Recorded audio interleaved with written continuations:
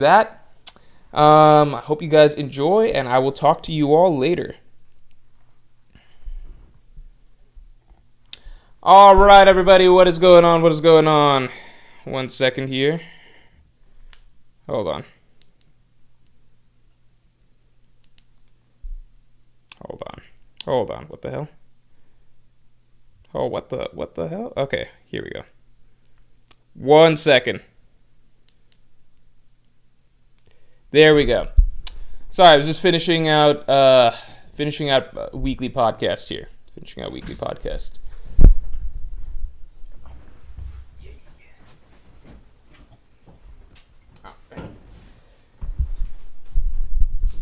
I'll let him out if needed. Okay. All right. How is everybody doing? Hello. Sorry, I'm just sending a thing at the same time. Sending a thing. Am I watching 11:52 Morge? No, I'm watching whatever it says in the thing. I'm watching 11:53. Why do I have to watch 11:52? I can watch 11:52. Is that the? I figured I'd watch the one with the Joy Boy, hockey knot. I thought that'd be, the one that people want me to watch, right? With the Joy Boy hockey knot, right? The knot scene is some ass. Oh, it getting pulled has zero impact? What? 11:53 is fine compared to other recent episodes. Really? Okay, so I should watch 11:52. Sure, I can watch 11:52. Okay, can somebody summarize real quick what happens in 11:53 versus 11:52? Also, let's get the stream likes up to 50 real quick.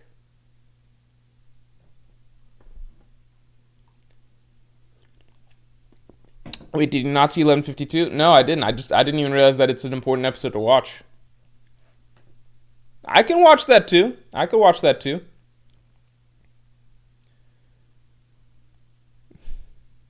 Looking tasty today, Morgy Pie. That is because of this fine jersey that I have on at the moment.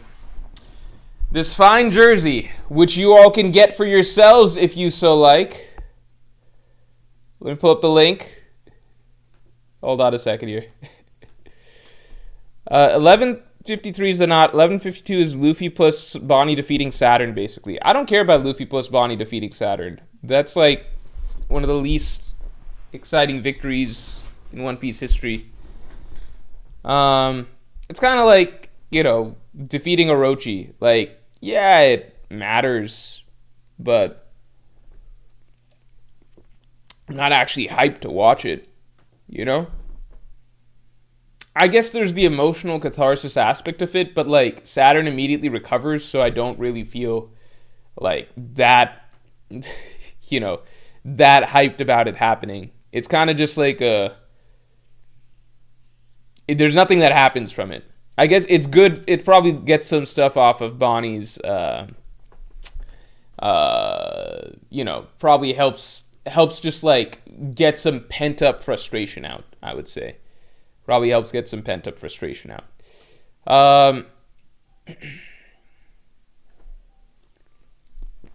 But yeah, if you like the jersey, hold on.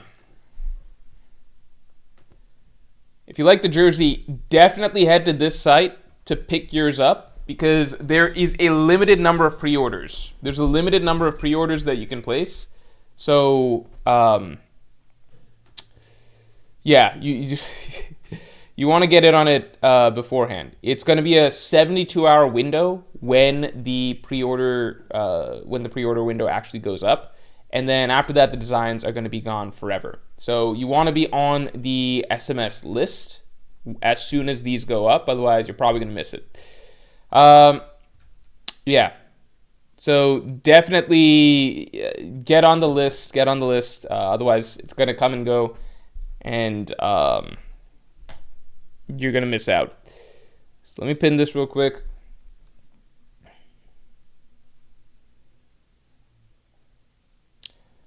Think Luffy will have a moment like this for Vivi.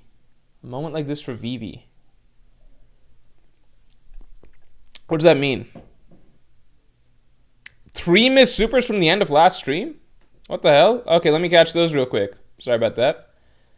Oh, I was wrapping last stream really fast, but I didn't realize people squeezed in some supers at the end. Hold on. Oh, let me pull it up. Sorry about that.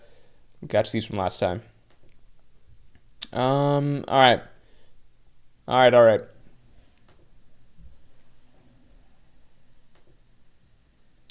Oh, shit. Okay.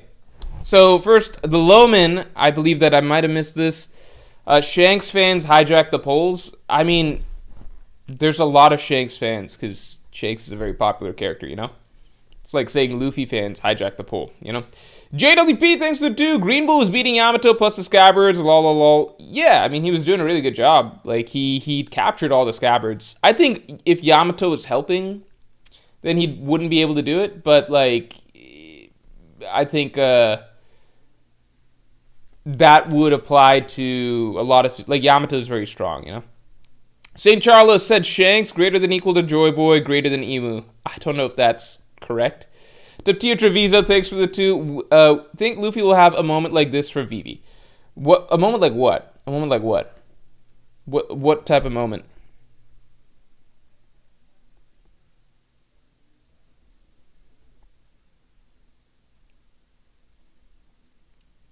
And Ender, thanks for the heads up about the 3 Miss Supers.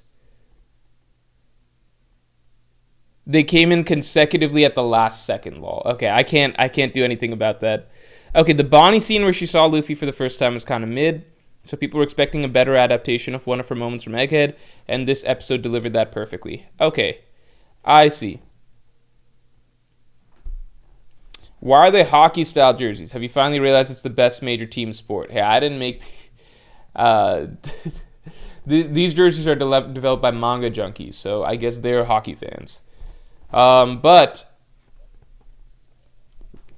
I will say, hockey is the one major sport that I don't think it's a major sport. Because I think in America, it's generally commented like, oh, the big 4 of American sports are like football, basketball, baseball, hockey. And I'm just like, I think one of these things is not like the other. I think one of these things is just like a pretend, like a fake Yonko. Like, because the first 3, it's like, oh yeah, obviously, like, football, basketball, baseball. Even if you just went to high school or whatever, you kind of know that those are the big 3 sports in high school, right? Really in that order, football, basketball, baseball. I don't know anyone on our school hockey team. In fact, I don't think that existed. And I think that in general, I don't know. This is not to be mean to hockey, but I just am always thrown when people are like, oh, it's a major sport. I'm like, in like maybe lands that are filled with ice, not in normal countries. All right.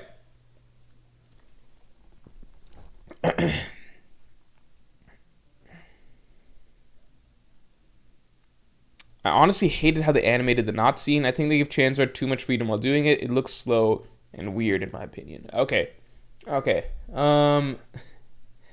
That's funny because so my editor actually watched this episode beforehand, or I think he at least watched the scene, and he said that he liked it.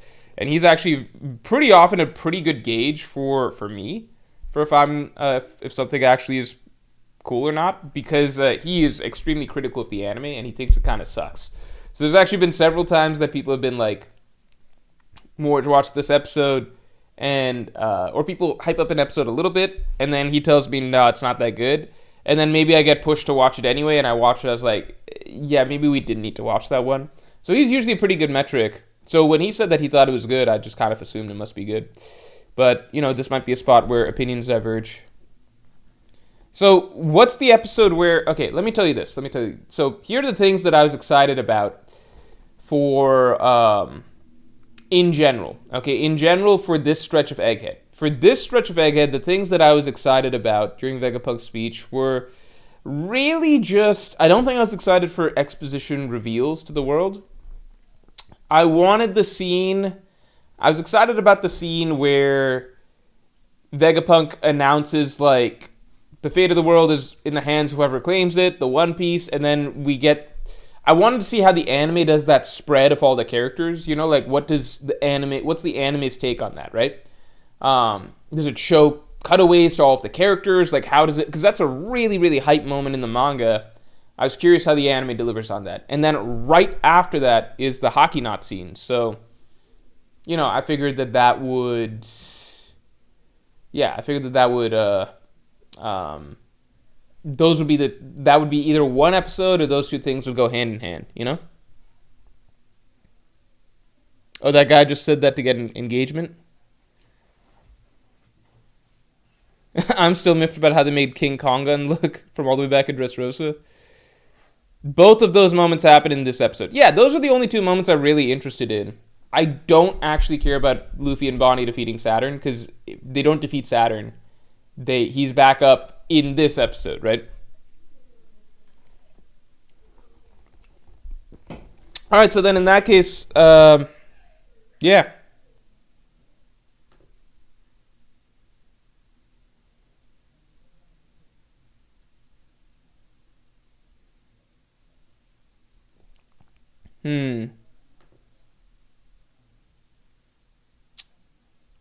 Yeah, I think I'm just gonna watch this episode. Okay, well, let's watch the episode and then base it off that. Fading Faces, you seen Moist Critical called Mihawk a fraud. I didn't actually watch the clip. I saw a quote tweet of the clip, and I just got the context. It was like, okay, it seems like he's saying something negative about Mihawk. I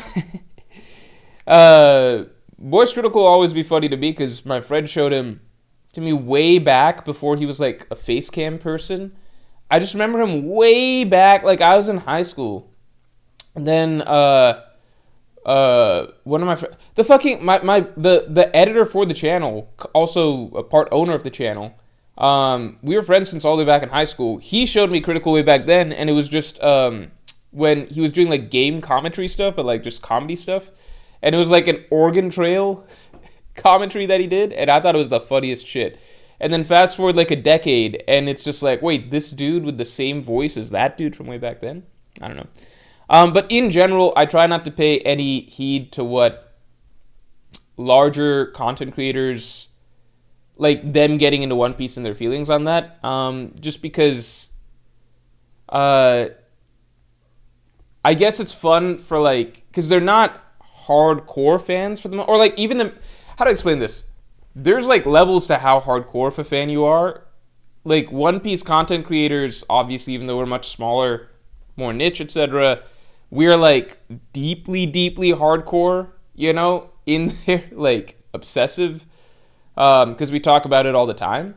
So I'm generally just not as interested in like what somebody who is a maybe newer fan to this, or maybe not even newer, but just like there's so many series that I'm a fan of, but I'm not like a hardcore fan of, you know? Like Harry Potter. I'm actually a pretty big Harry Potter fan, but I'm not like a deep Harry Potter like YouTuber or like Lord of the Rings or something like that, right? So generally, like outside of just hearing what a fun, like more, I don't want to say casual because that sounds dismissive, but like a more let's say normal, let's say what a normal enjoyer's experience is. It can be fun to listen to, but there's like so many people that are getting into One Piece nowadays that it's almost just like now the novelty doesn't exist for me anymore. That like, oh, I want to hear what this YouTuber and like this YouTuber, what their opinion is. Everybody generally likes it. That's all that really matters. So I'm like, okay, that's cool. You don't really hear people who are catching up on One Piece who are like, we don't like the series. But I also don't look at that for like a source for very in-depth takes, because that's just not their job as much, you know?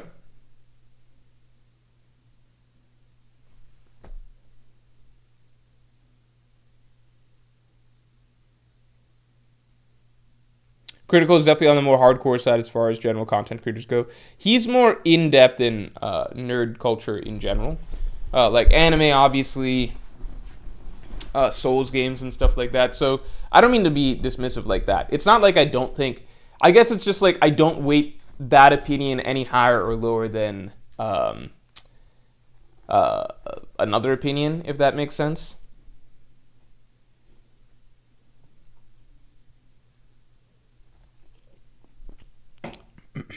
To be fair, King Kong Gun didn't look that good in the manga either. I thought King Kong Gun looked really cool in the manga. It was very impactful from my perspective. Basim El Madawi, thanks for the 5. For me, I preferred Totally Not Mark and Murphy catching up because they had a perspective of a DBZ diehard and just a booktuber. Now it's ubiquitous. Ubiquitous. Yeah, lots of people have been catching up lately, so it's just like I don't have like a great desire to find, like, everybody likes it, right? So I think what would stand out more is if somebody didn't like it, and then I'd be like, okay, well, what's this person's perspective? Obviously you can dislike parts of the series. One Piece is so vast that it's hard to like every part. You can obviously have an example of that, but I don't know anybody who's catching up all the way on One Piece who doesn't like it overall. I think One Piece is a very difficult series to like dislike as a whole, you know? It just generally makes you feel good. Let's get stream likes up to 50 real quick.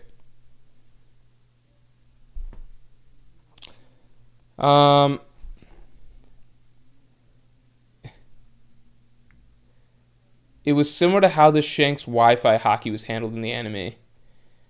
Okay, I don't know if I'd like that, because I think they did that scene. I kind of gave that a pass, because I was just like, that Shanks Wi-Fi hockey scene or whatever. Wi-Fi hockey is like just a fan-made term, but that scene was, how do I say? That was weird, because I gave it a pass because I was like, you know what? They just tried so hard for all, like, the major Wano fights that maybe they just ran out of, like, time for Shanks' shit, you know, to sign some top-tier stuff for him, you know? So I kind of gave that a pass.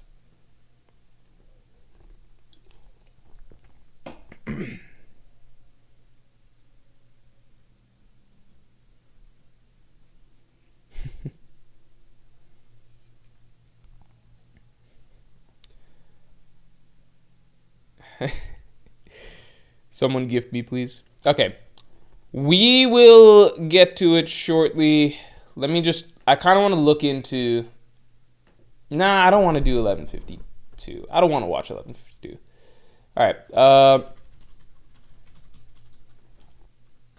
Here we go. Let me pull this shit up. Let's see. Watch One Piece 1153 subbed. Yeah, that should be good. I'm very excited for this next chapter. Because I'm already hearing some exciting stuff, but I don't want to say anything. And I kind of want to check one thing. What, this episode? This episode seems like it's a hyped episode from what I'm seeing online too. It was animated well, but the sound effects are outdated and monotone. It was a bit annoying. Also, doesn't help that they have to show everyone's POV separately. It looks weird. Okay, interesting. Grizzly Adams, thanks for being a Pirate King tier member for 28 months, man. Morgy, planning on watching Vince Gilligan's Pluribus with Seahorn. It's a slow burn, but it's genuinely really good. Season 1 should be finished in a couple weeks, so you can binge it. I've heard the name Pluribus a few times. I don't really know what it is. You know what? Started watching, because my girlfriend started watching Stranger Things Season 5, and I was basically of the opinion I'm not going to watch Stranger Things at all until it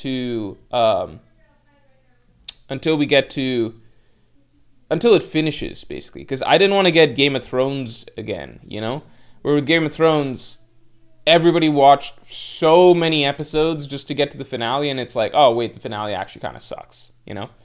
And it just felt like a huge waste of time. So I'm kind of like, I don't really want to catch up, because what if it's a waste of time? How about I let it finish out first, people say if it's good or not, and then I watch it? But she started putting it on, and so she's been watching, so I've been kind of watching like in bits and pieces. I'm like, they put a lot of effort into this. It seems exciting. So I'm kind of watching Stranger Things at the moment. My thing with Stranger Things, I also realized it's not as big of a waste of time as Game of Thrones was potentially, because Game of Thrones, the reason that the final season being bad hurts it so much is because I think...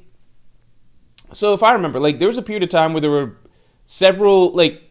This was a period of time where TV was kind of dominated by several really big shows that were considered, like, all huge cultural icons, in a sense. So Game of Thrones, Breaking Bad, Walking Dead. That trio kind of was huge pop culture-wise.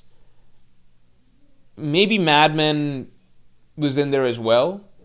it was during a period of time where like Mad Men also really stood out as like, but more obviously had a smaller base of viewers, but it was very talked about as well. Okay, so I remember that era, and Game of Thrones was like the last of that group to end. You know, I think post Game of Thrones is when like I think after that era of TV, like TV in general really exploded in terms of just like so many shows that are like attempts at prestige television or really high effort television with like streaming services in mind and like long narrative story arcs, etc.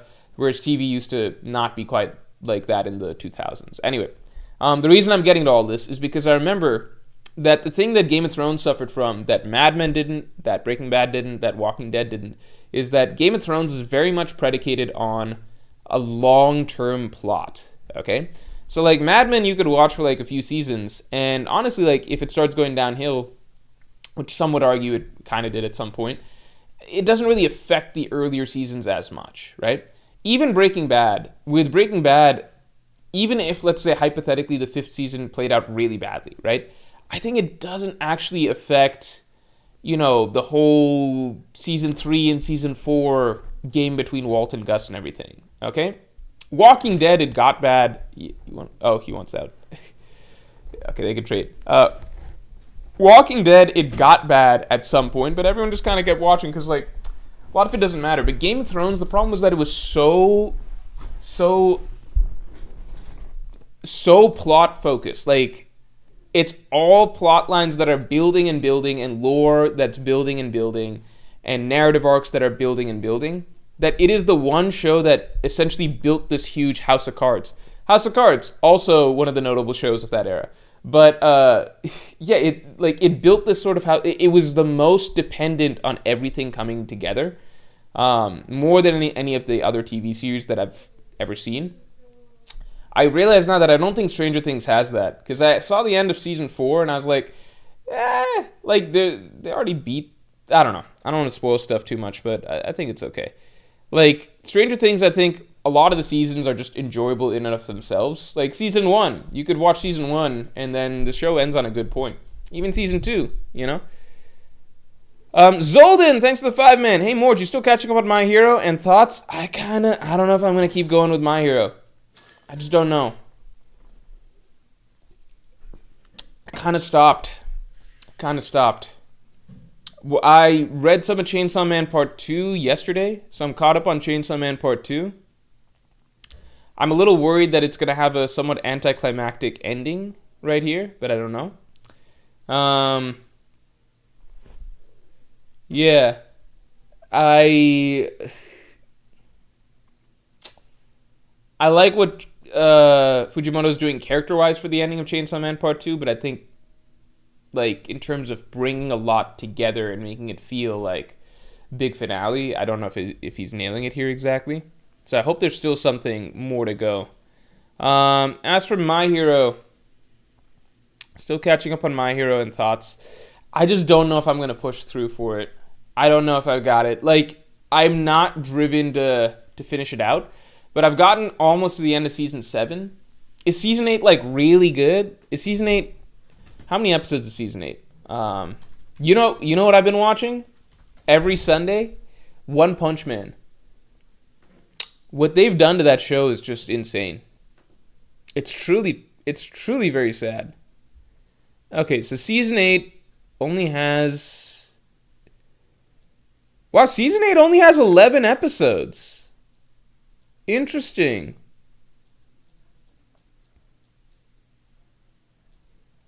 Season 8's only got 11 episodes, huh?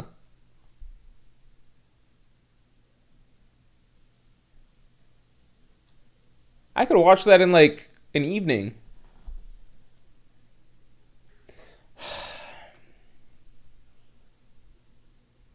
You guys think I should... I don't know. I just don't know if it's worth the time. I could watch that in an evening. I haven't finished out season 7 just yet, because I kind of fell off, but I don't know. My only thing with My Hero is that it's just like, it's very hard for me to feel invested in the characters and the story. I don't know. There's just not. I need something to get behind with My Hero, and I feel like I don't really have anything I'm genuinely excited for. I don't have characters I'm excited to see in action. I don't have um, like specific fights that I want to see. I don't like the main character. I don't. It's difficult when I don't like the main character. I don't really care for any of the side characters. I don't care for its like the abilities that care. That's one of my biggest things with My Hero is that like this is not writing stuff, right? This is personal preference. I don't like the ability system of quirks. I find quirks to be very boring and simplistic. I think that they're fundamentally limited in kind of like the ideas that the author can come up with. Um, because quirks are like other series will have like like Naruto or Bleach, like there's so much room to grow with the ability sets that characters have, right? Quirks, it's like, well, one girl's a frog and that's her ability. Uh that's just the way it is. One guy can make his uh like he's got a very rocky or physically hard body, and that's just what his ability is. I don't know. I just don't. It's not very interesting for me to read or watch personally.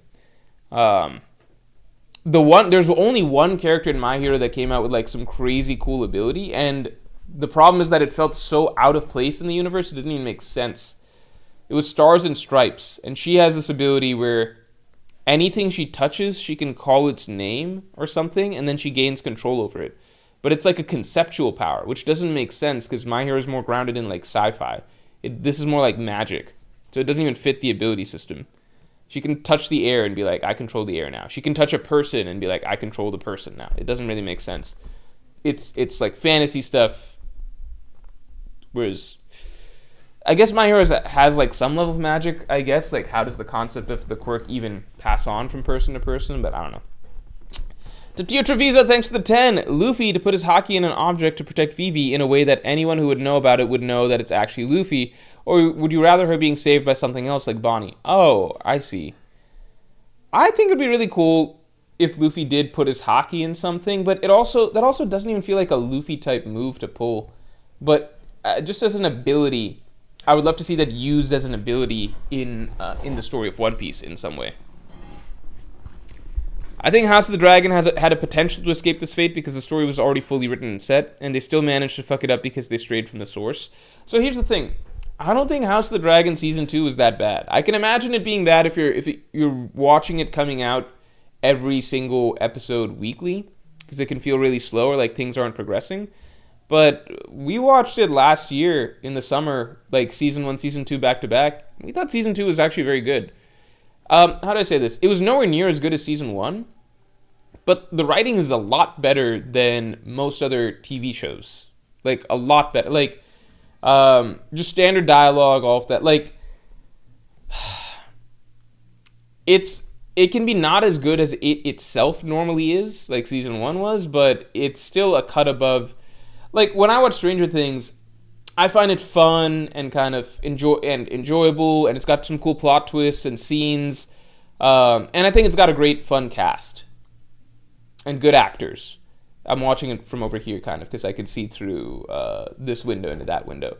But the actual dialogue and writing between characters, it's very, like, simplistic, Or, like, they'll force in metaphors and stuff like that. Like, House of the Dragon still has pretty sharp dialogue all the way throughout. If you were just put it side by side, it's clearly still better written than even a good show like Stranger Things. Yeah, I think Season 2 just was not as good as Season 1 for a lot of people's expectations, but it's actually, I think Season 2 is still solidly better than a lot of Game of Thrones endgame stuff. Gerber, thanks to the 2. 1152 is a better overall episode from start to finish. I also have, where's that thing? I have that book. I have a,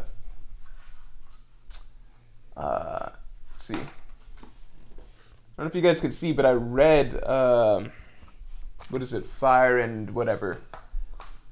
Because I didn't want to wait that long for season 3, so I read the next part of House of the Dragon, and I can kind of see why they went with the angle they did as a stopping point, but I don't know. So 1152 is a better overall episode from start to finish, but I'm not excited for the things that happen in 1152.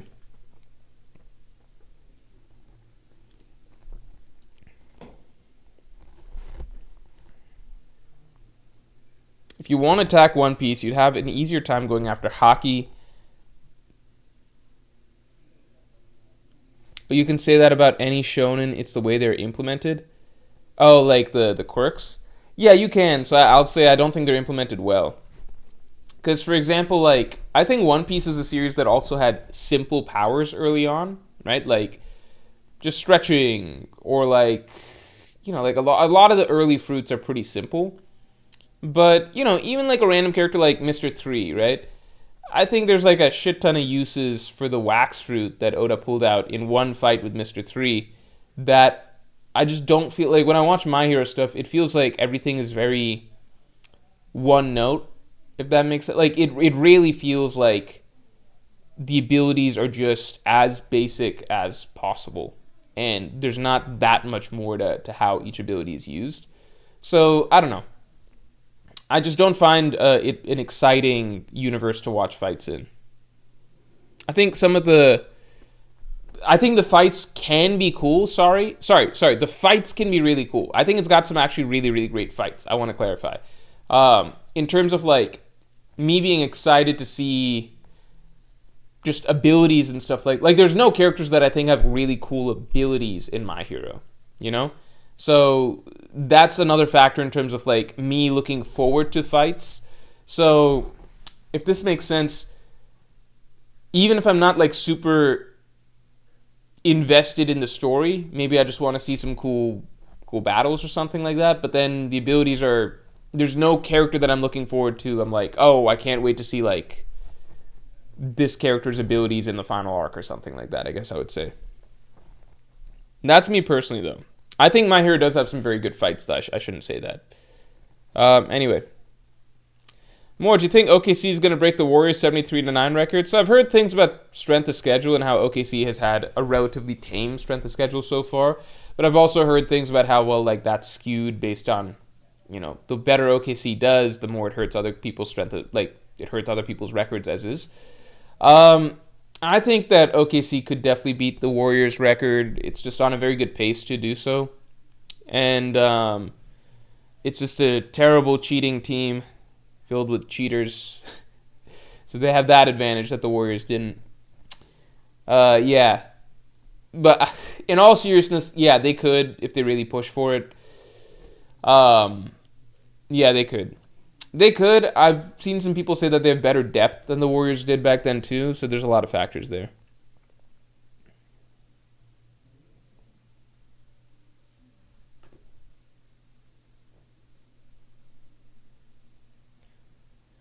Mythical Zones kind of broke the rules and made Devil Fruits more complex, since they gave multiple powers at the same time. Kaido can fly, plus use fire, plus hybrid form, etc., etc. Yeah, I think that's like a phenomenal point. I think that's a really, really good point. And that's why mythical zones are kind of the coolest thing in the One Piece universe these days. Like, nowadays you almost don't even get it. Because, like, people talk about Dragon's Fruit, right? And it's almost like for years, what was exciting was that Dragon might have the Wind Fruit. I'd say in the last several years, it's now kind of more exciting to think that, okay, Dragon doesn't have the Wind Fruit. What if he has, like, some mythical zoan, like some people talk about the forest god fruit or something like that, right?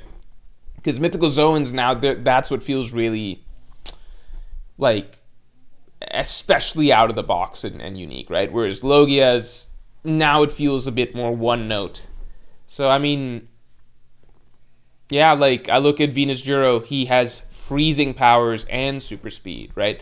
You look at Mars, he's got like flight and all of this and fire.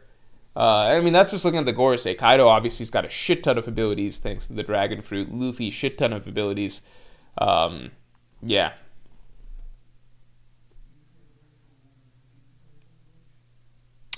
Let's get the stream likes up to 50 real quick, and then we can do the reaction. Let's get the stream likes up to 50.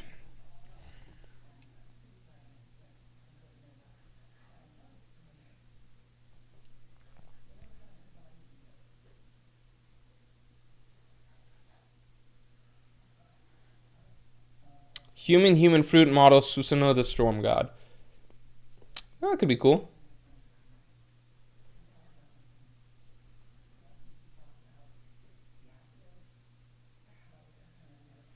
Hmm. Thoughts on All Might? I like All Might. Okay, so like one of my favorite anime battles was All Might versus All for One. I went back and actually rewatched it. I think a few months ago because I was excited to rewatch it, and I was like, let me really get in the mood for it. So I actually rewatched. I watched the episodes leading up to it. Even I watched like 3 My Hero episodes in a row to get to that fight, and then I was shocked because I had forgotten how short the actual fight is. The fight is very quick between him and All for One, but the moment it's really the ending clip of it that's really strong and emotionally strong too. I think My Hero is actually, I think that's one of its greatest strengths, that it's one of the few that can give me similar feelings in a fight to the feelings I feel like when I'm watching a One Piece fight that I'm emotionally invested in. Like All Might, I'd say quick examples for me: All Might versus All for One. That finale, it fills me with similar One Piece type emotions. Um, Endeavor versus that Nomu, that also does something similar for me. And then actually Mirio versus Overhaul. I like that a lot. That actually really gets me. Um, yeah. Taptia Trevisa, thanks to the 5-man. As a manga reader, there were like theories on Deku will awaken the All for One quirk in the final battle, and I thought that was way more interesting. The All for One quirk? Wait, really? How would he do that? That'd be kind of broken. All right, we've hit 50 likes, so let's get to it. First, hold on. Let me make sure that everything is going to be okay here. Desktop audio muted. Can you guys hear me here? Hello. Testing. Yeah, you guys can hear me. Oh, you know what? We got to do this, actually. We got to do this. We're doing this thing.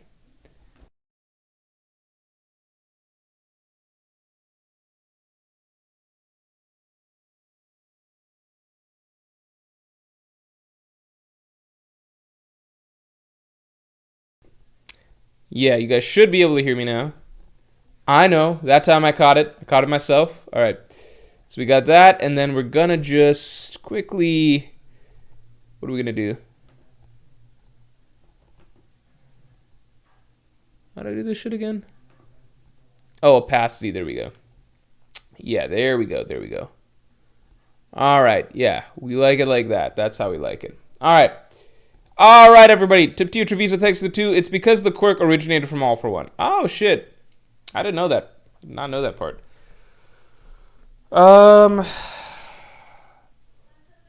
One thing I thought was cool about All for One is him growing younger, because I just didn't fuck with his design with like the thumb face, with where it's just like his you know, no eyes, no nose or anything like that, just a mouth.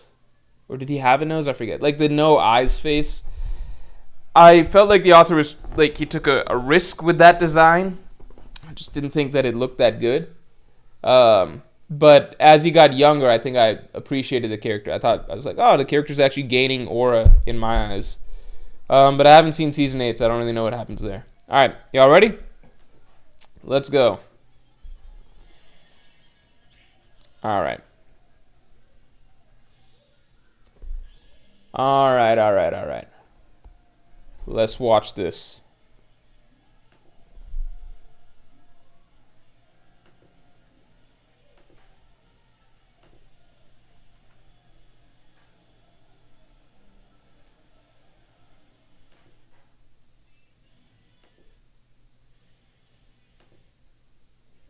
Okay.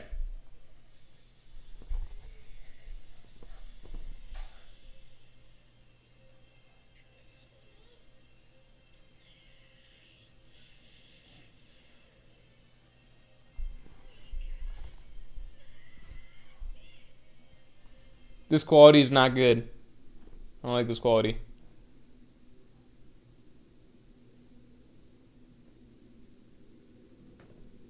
$1080.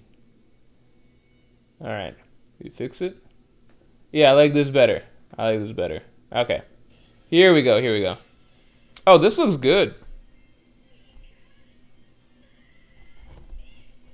You guys know what I did yesterday?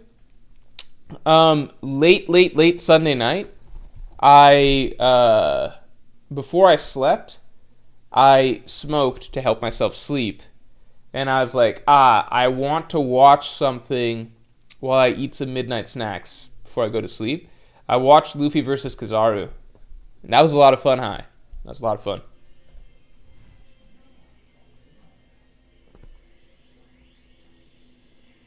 Yeah, this is really well animated.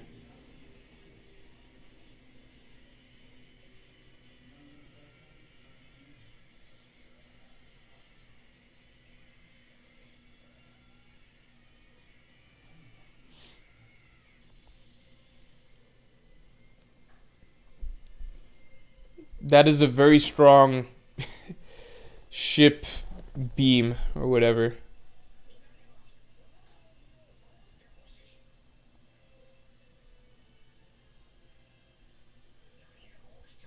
Oh,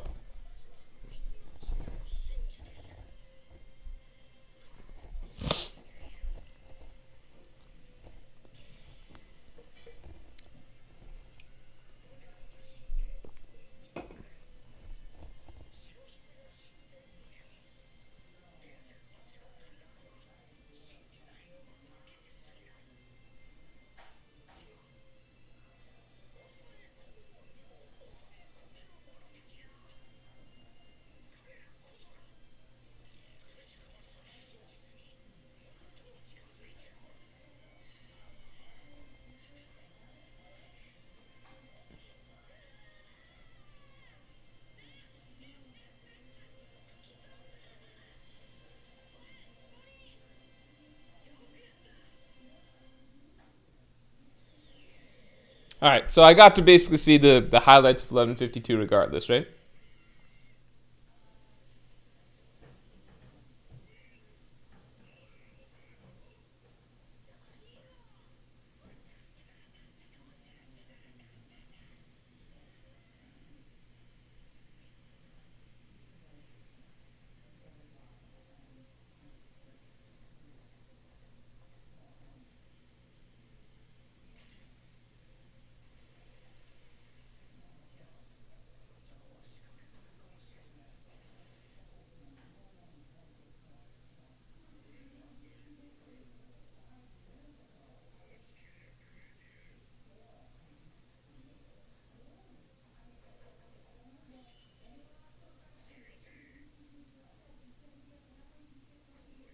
Man, Roger's voice used to sound so cool. I wonder what it's going to sound like in the God Valley flashback. Because it just that the voice that we hear here does not seem to match the man that we see in the God Valley flashback.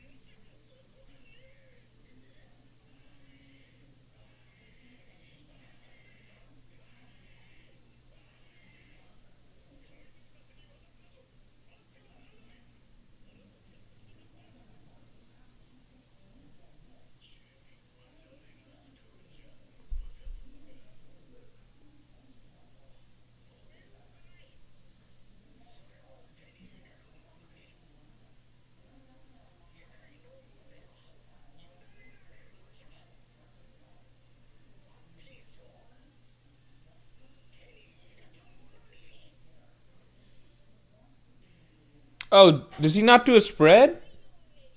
Not he, the whoever. I don't know. They didn't do a spread. I think. What the hell?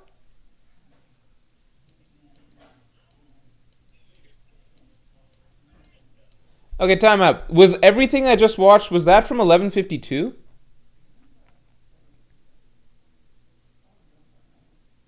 Was all of that just from 11:52, or is that like new to this episode? Was I watching recap? What was I watching?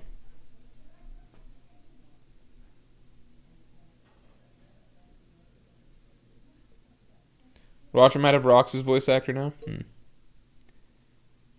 That was. What do you mean no? They did not do the spread. That's really strange because the spread still works with this cast of characters. Or I mean with this medium. You can still do the spread. That was the spread? That's really strange. That would be a very good image for them to do right there. Yeah, I don't understand that. Okay. All right. That's a little bit. No, that's actually very disappointing for me. Did they even get everybody? It should be a Kainu Dragon, yeah. Hamrock, Emu, Kobe, Guzan. And then the Yonko. Hmm.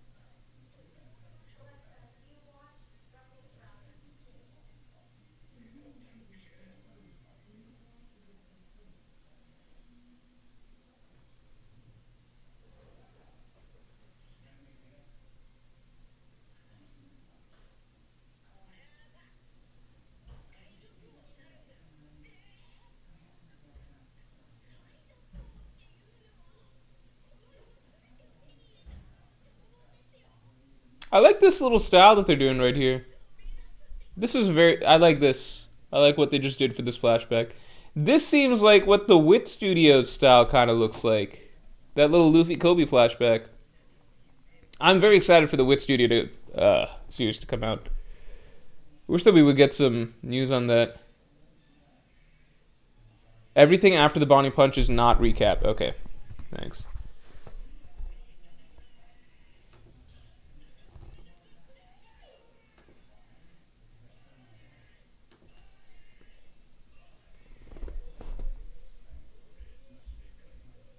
More like the world we create.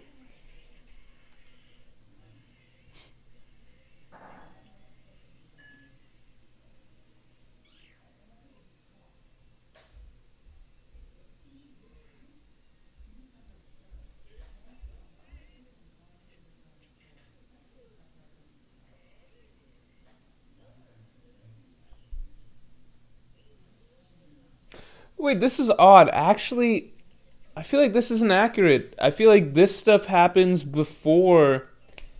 I swear I just saw this chapter recently. I mean, it's not accurate, but I swear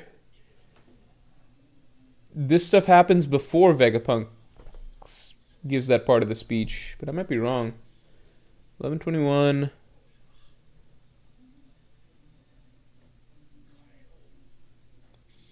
No, no, I'm wrong.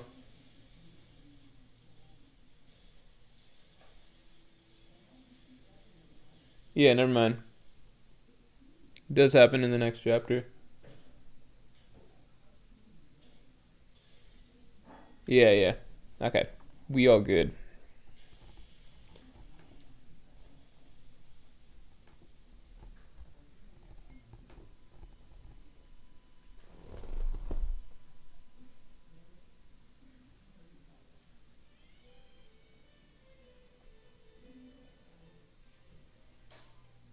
I'm still very surprised the anime didn't do the spread because that's I feel like that's like an iconic image now.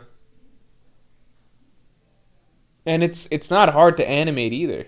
That's the thing. Like it's easier to do that.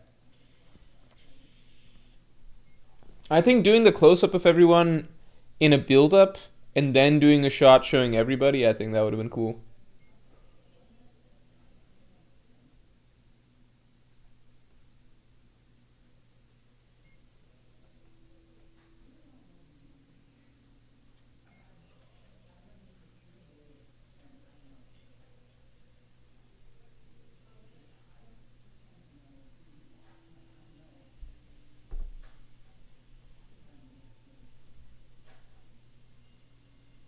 Hmm.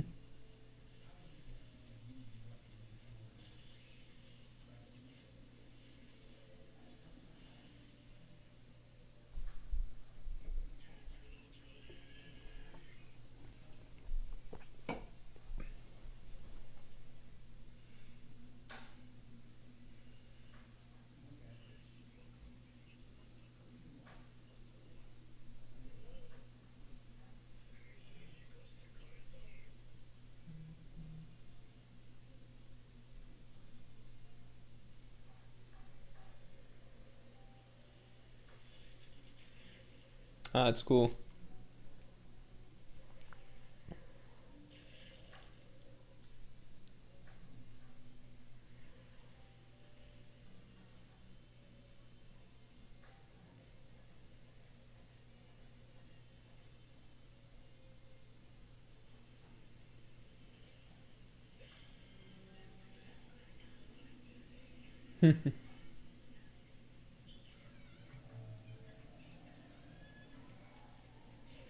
Oh, we get some action.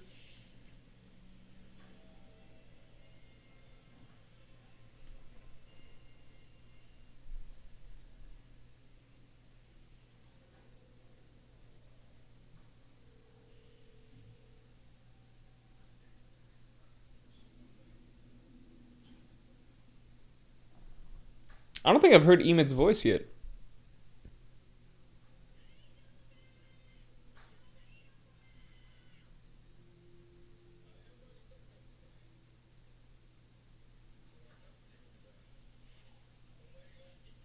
Hmm.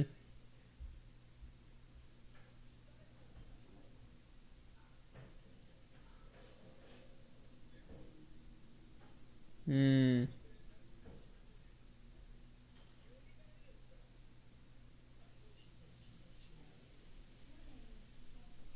I like the anime's artistic choices for some of this stuff, like changing the color of the sky right there. Just feels generally more intentional with everything it does, even if it's still slow.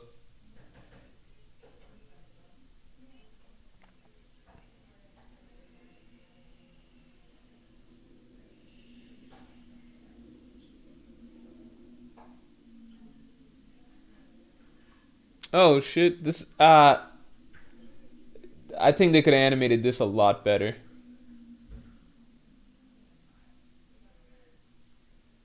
Like the Gorosei approaching, it feels like cutouts that are being moved.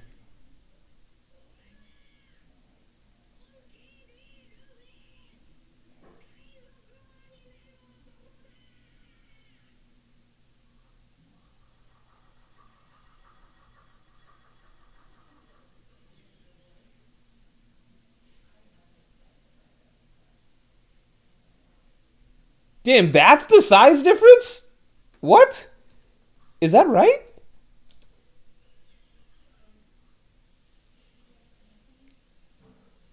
No, there's no way. Emeth is not that much smaller than Workery. Not that I remember.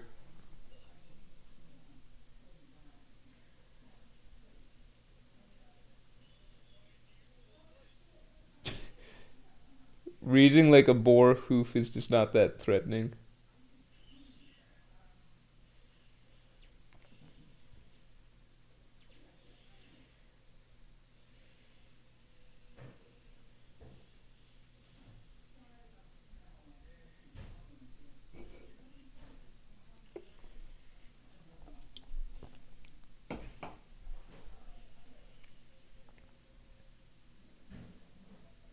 Oh shit.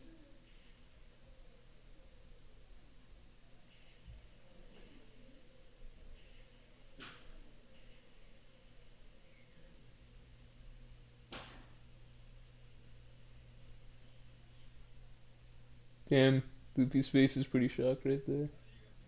It's an interesting expression.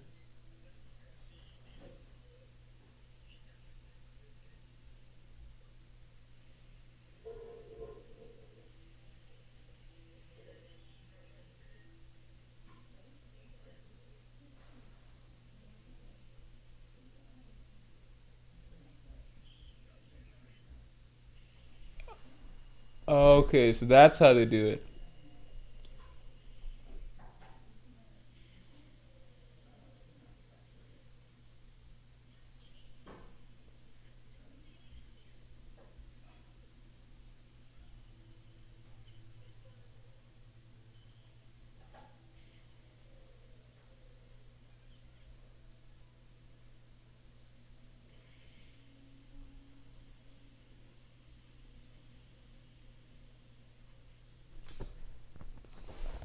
Oh shit.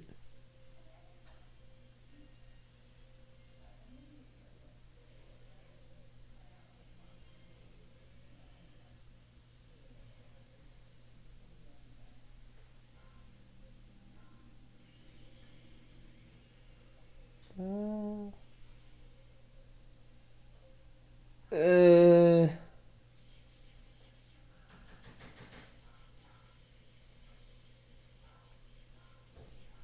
Mars is already there.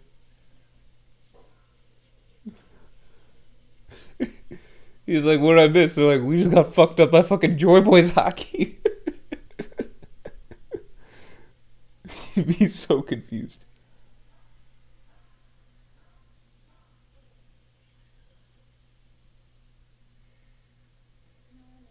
No, I swear the manga showed him sweating. No, no, no, the manga fucked him up more. Uh,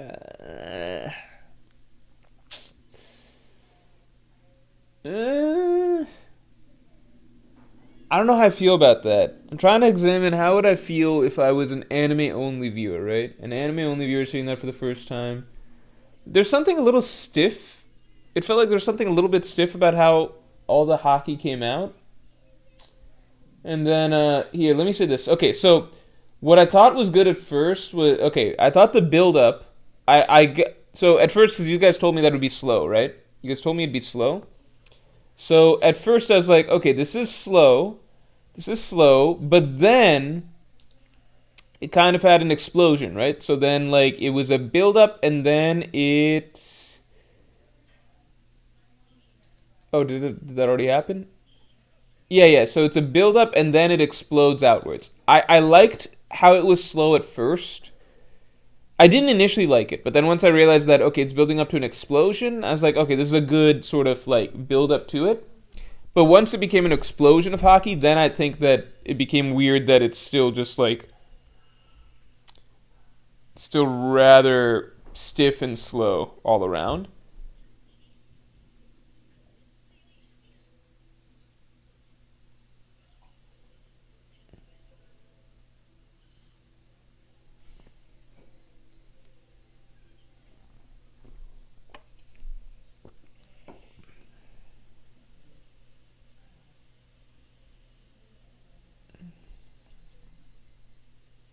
Yeah, I just don't know about this, especially right like freeze framing on certain moments. I get that you're trying to show something very fast happening in a small moment of time, but still give the impact. But it just the pacing of the moment feels a little bit off to me. And I think some of the hockey tendrils coming out look a little bit, I don't know, like not very clean, like just a little bit like choppy drawing or whatever. I guess how do you really draw that? I don't know. It's just hockey. That's how it's drawn in the manga, I guess. I don't know. Okay, this I did not like. I think this was really not good. I personally did not think that's good. The moment where in the moment where the Gorosei are like having their powers basically undone, I don't like this. It feels like a sort of like way back like a Windows Movie Maker like transition little effect or something like that, like a little shimmer wipe or something like that, and then it's like now they're just back to normal. That's not how I felt. I feel like that could have been done better personally.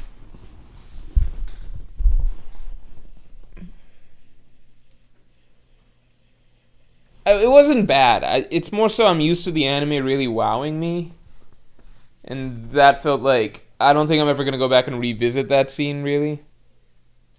And I definitely think that Imu's reaction should have been more visceral. This felt very slow. Like I don't know. This feels slow and stiff somewhat.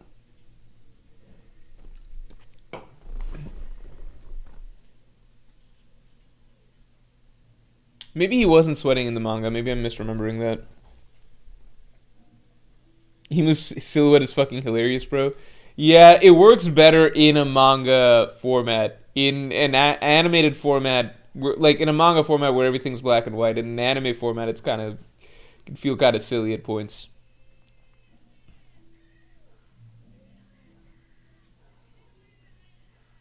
Jesus Christ, man, Usopp better get some good shit in Elbaf, because we could all only do this so much longer.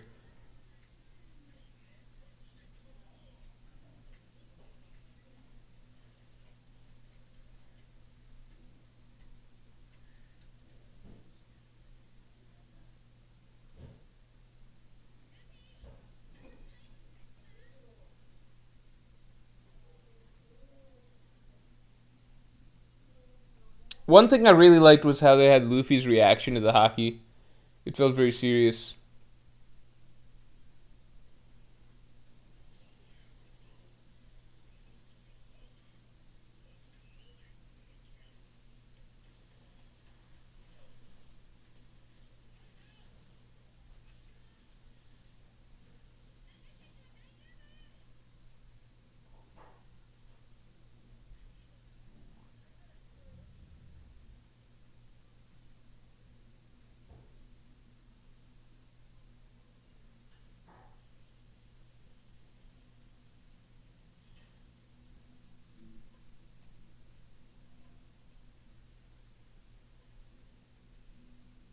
Why is Saturn limping? I guess the hockey slows regeneration or some shit. Or does he normally limp?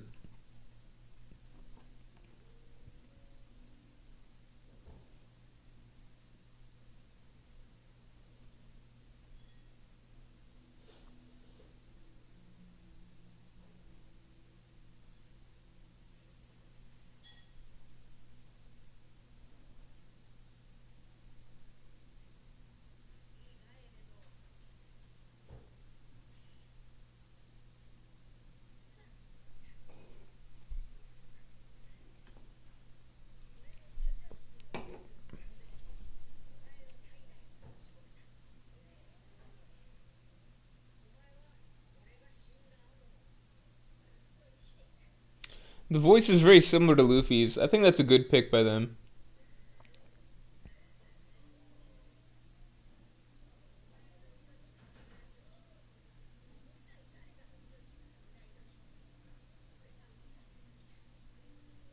That's really hard. I wonder how they picked the voice for Joy Boy. I wonder if Oda had any influence for that.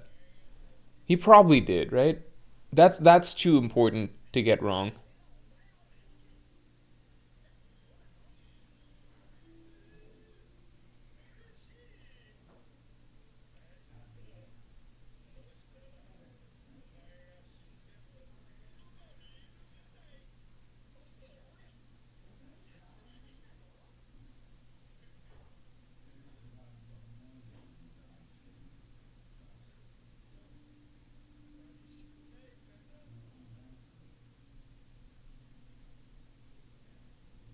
I'm really curious about learning about Joy Boy's crew.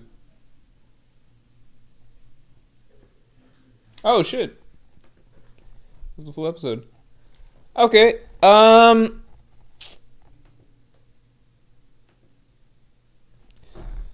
think the episode was fine. On the one hand, I do think that One Piece has really raised the bar for its anime in general as of late. Let's get the streamlines up to 100 real quick. It's really raised the bar for its anime, so it's kind of like now there's a sort of expectation that the really special episodes are going to be, you know, just really wow you or kind of blow your mind. That definitely didn't do that, but it's. I think it did the scene well, I guess. Yeah, I think it did the scene well.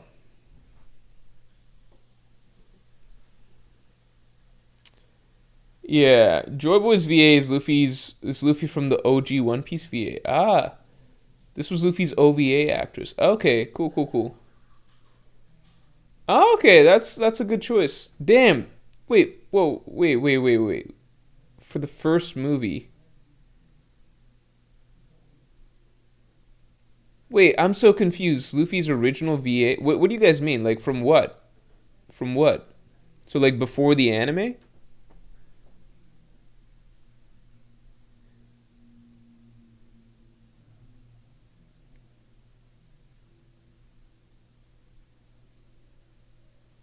What do you mean from the old anime? What old anime? Luffy from the OVA. What are you guys talking about?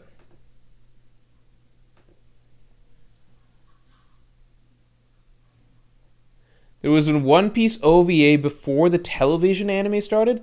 How have I never seen this? What? Also, it's crazy that we're still. Oh my god!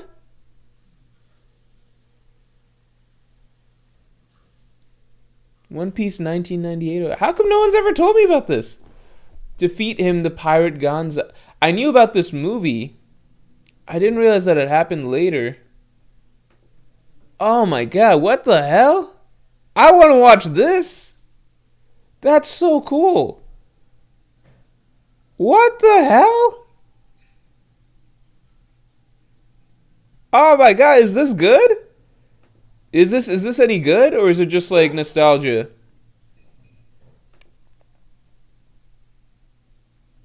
Damn, and that was like 28 years ago, 27 years ago. What the fuck? Hey, keep in mind I don't watch any of the One Piece movies really. So like I've seen One Piece movies, what have I seen? I've seen clips from a lot of them. I've seen part of Strong World. Like it was playing in the background somewhere, so I tuned in and out. So I've seen part of Strong World. I watched all of Film Z. I've watched parts of Film Red. I watched all of Stampede. Stampede's a lot of fun, by the way. And yeah, I watched all of Baron Matsuri. And then beyond that, yeah, I've only seen clips of other One Piece. Like I've seen lots of clips from Film Gold. I've seen clips from the one where they fight that guy whose weakness is flour. You know, like I've seen clips from other stuff, but I'm not super familiar with the One Piece movies. Watch episode 1152, way better directed than this one. I mean, this one showed clips from the end of 1152, you know? Yeah, the one who directed the OVA is the same director for Film Red. He said he knows One Piece ending and Oda wanted him on Film Red. Yeah, that guy said some quotes about the ending of One Piece. He claims that he does know. That's kind of crazy. Like the industry time span is like over 20 years or whatever, but you still got the same people. Like you can get similar crews together for this stuff. Z is pretty solid, lol. Z is, how do I say it? Like if you're like, well, which is the better writing? I guess Z has the better writing in the set. Like I think Z's end is a pretty touching end for his storyline, right? It's a little bit more advanced than like Stampede, but Stampede's just what a One Piece movie, in my opinion, should be. I think Stampede is the perfect One Piece movie. You want big spectacle, like, because the writing's not going to be as good as actual One Piece, right? So, like Zephyr's writing, the writing around the character was good, but at the same time, it's like I honestly think it's just the ending part of the movie that I was actually like, okay, this stuff is good. I think like especially the part that I thought was really elevated was the send off for Z. Okay, that's the only part of the movie. Everything else I thought was solid, good, not the most engaging, good at points or whatever. Stampede was just like fun from start to finish. I think that's all one. If a One Piece movie isn't gonna be canon, it should all just be like Stampede, just big fights with characters that we wouldn't otherwise get to really see. Having big fights like that in the canon material, you know, that's what the cinema is for, in my opinion. Like, you're not gonna outright Oda with his own characters, so just don't even try. Just focus on the fan service. I genuinely think that that's what where One Piece movies are best served being.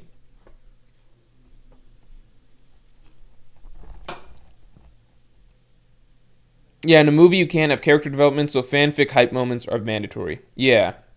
I think Film Red just took that the total wrong direction where it was like, well, what if it's also a fucking musical about some dumb shit? Um, you know? Like, because it's marketed as this Shanks movie, and then Shanks is in it for part of it. It's just like, no, just fucking have Shanks fight, like, admirals and stuff throughout the movie.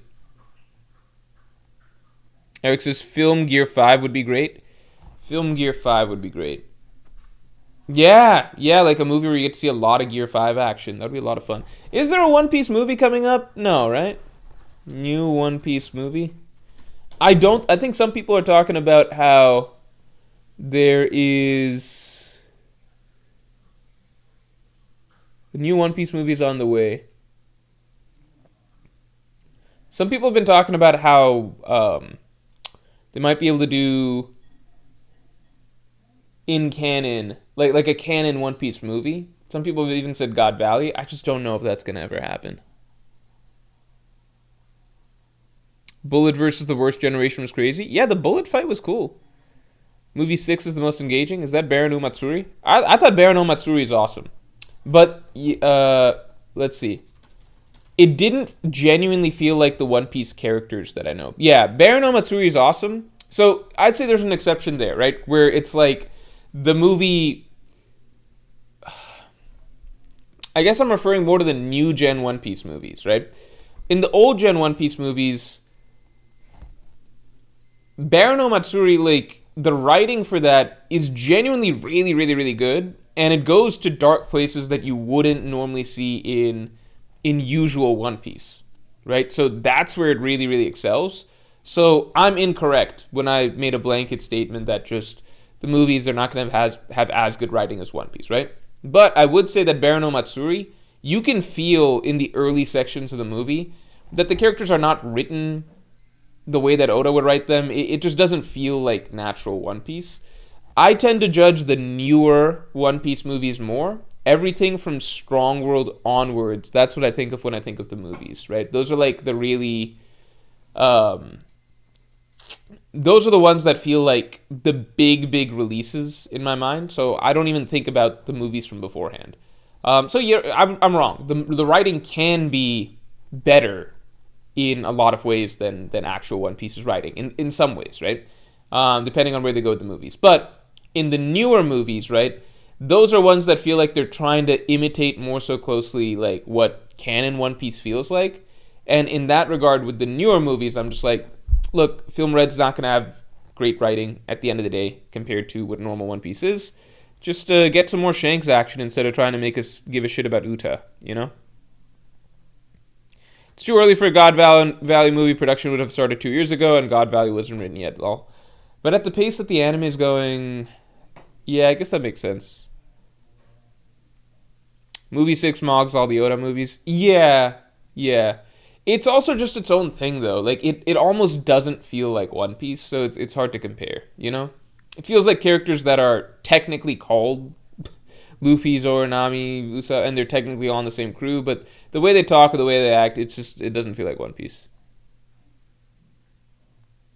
That movie was before Water 7. I wonder if Oda got inspiration for the Strahd conflicts in Water 7 from the movie. I like to think that that all of that was already planned, like that there was, like there was already seeds planted for Usopp, for like the going Merry to be transitioned out and Usopp to feel some sort of way about it. So I don't know, but that is, damn, that'd be kind of crazy if that's where that happened. Um, Tessero's flashback said a lot in like 45 seconds. I feel like with Film Gold, they fucked up because with Film Gold, so the movie after Film Gold was Stampede, right? So Film Gold, I think they fucked up in the sense that that's an example. I didn't even watch Film Gold, right? I think it's the lowest viewed of the new One Piece movies, right? And I think that's a simple reason, which is that they didn't realize what they need to be capitalizing on with these movies, which is like, don't try to sell a brand new story with like just total new setting and like villain that's not connected to anything else, right? Don't try to do that because you're essentially just trying to sell like a One Piece arc that's not like a typical island adventure, but just not written by Oda. Stampede hard corrected because it's like, why are people going to be that interested in going to see a movie about them fighting like a casino boss, right?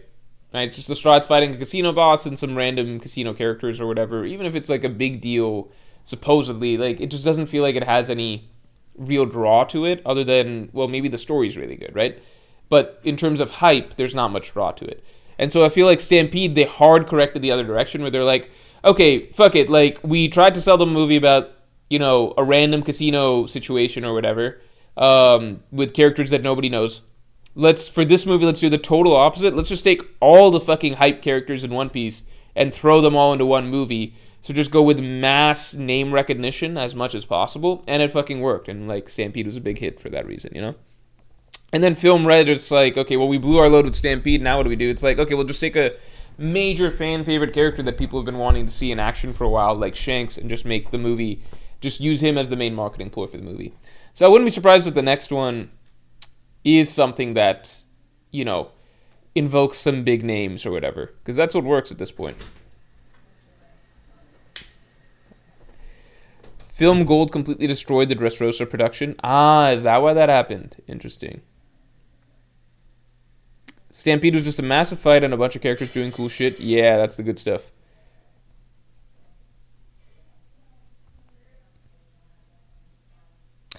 Morge, remember, the movies were the only way to see One Piece with good quality for a whole hour because the anime wasn't good whatsoever. Yeah, true. That's a good point. Film Red is the best-selling film by far. Yeah, just like go with the big names, Like that's what Stampede did. And then Film Red went even harder on that. It's like, well, let's just make it like Shanks as the main marketing thing,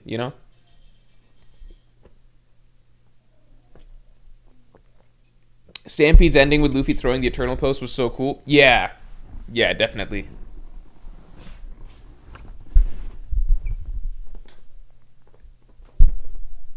Yeah, Sabo versus Kizaru. Yeah, cool stuff.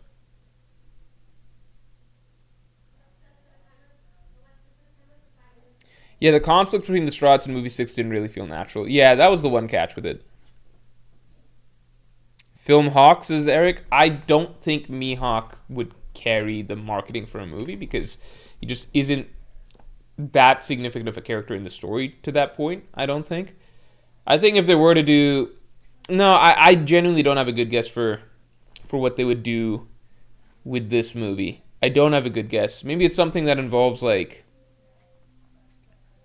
Let me see. What news do we have about it? New movie confirmed by Oda.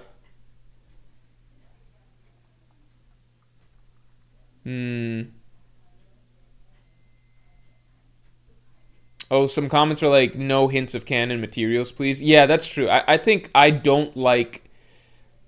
I think one of the worst things that Oda's done in terms of trying to promote the movies is trying to include canon material in them.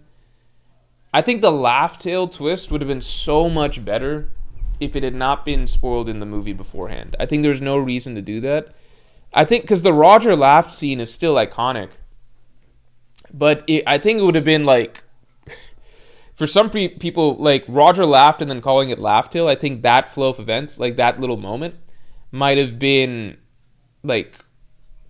Some people might argue it's like the best moment in One Piece or something like that. If maybe that's an exaggeration, but I think that as iconic as that moment was, imagine how much more impactful it would be if you never put it together that like if you just had never heard the term laugh tale before, you know?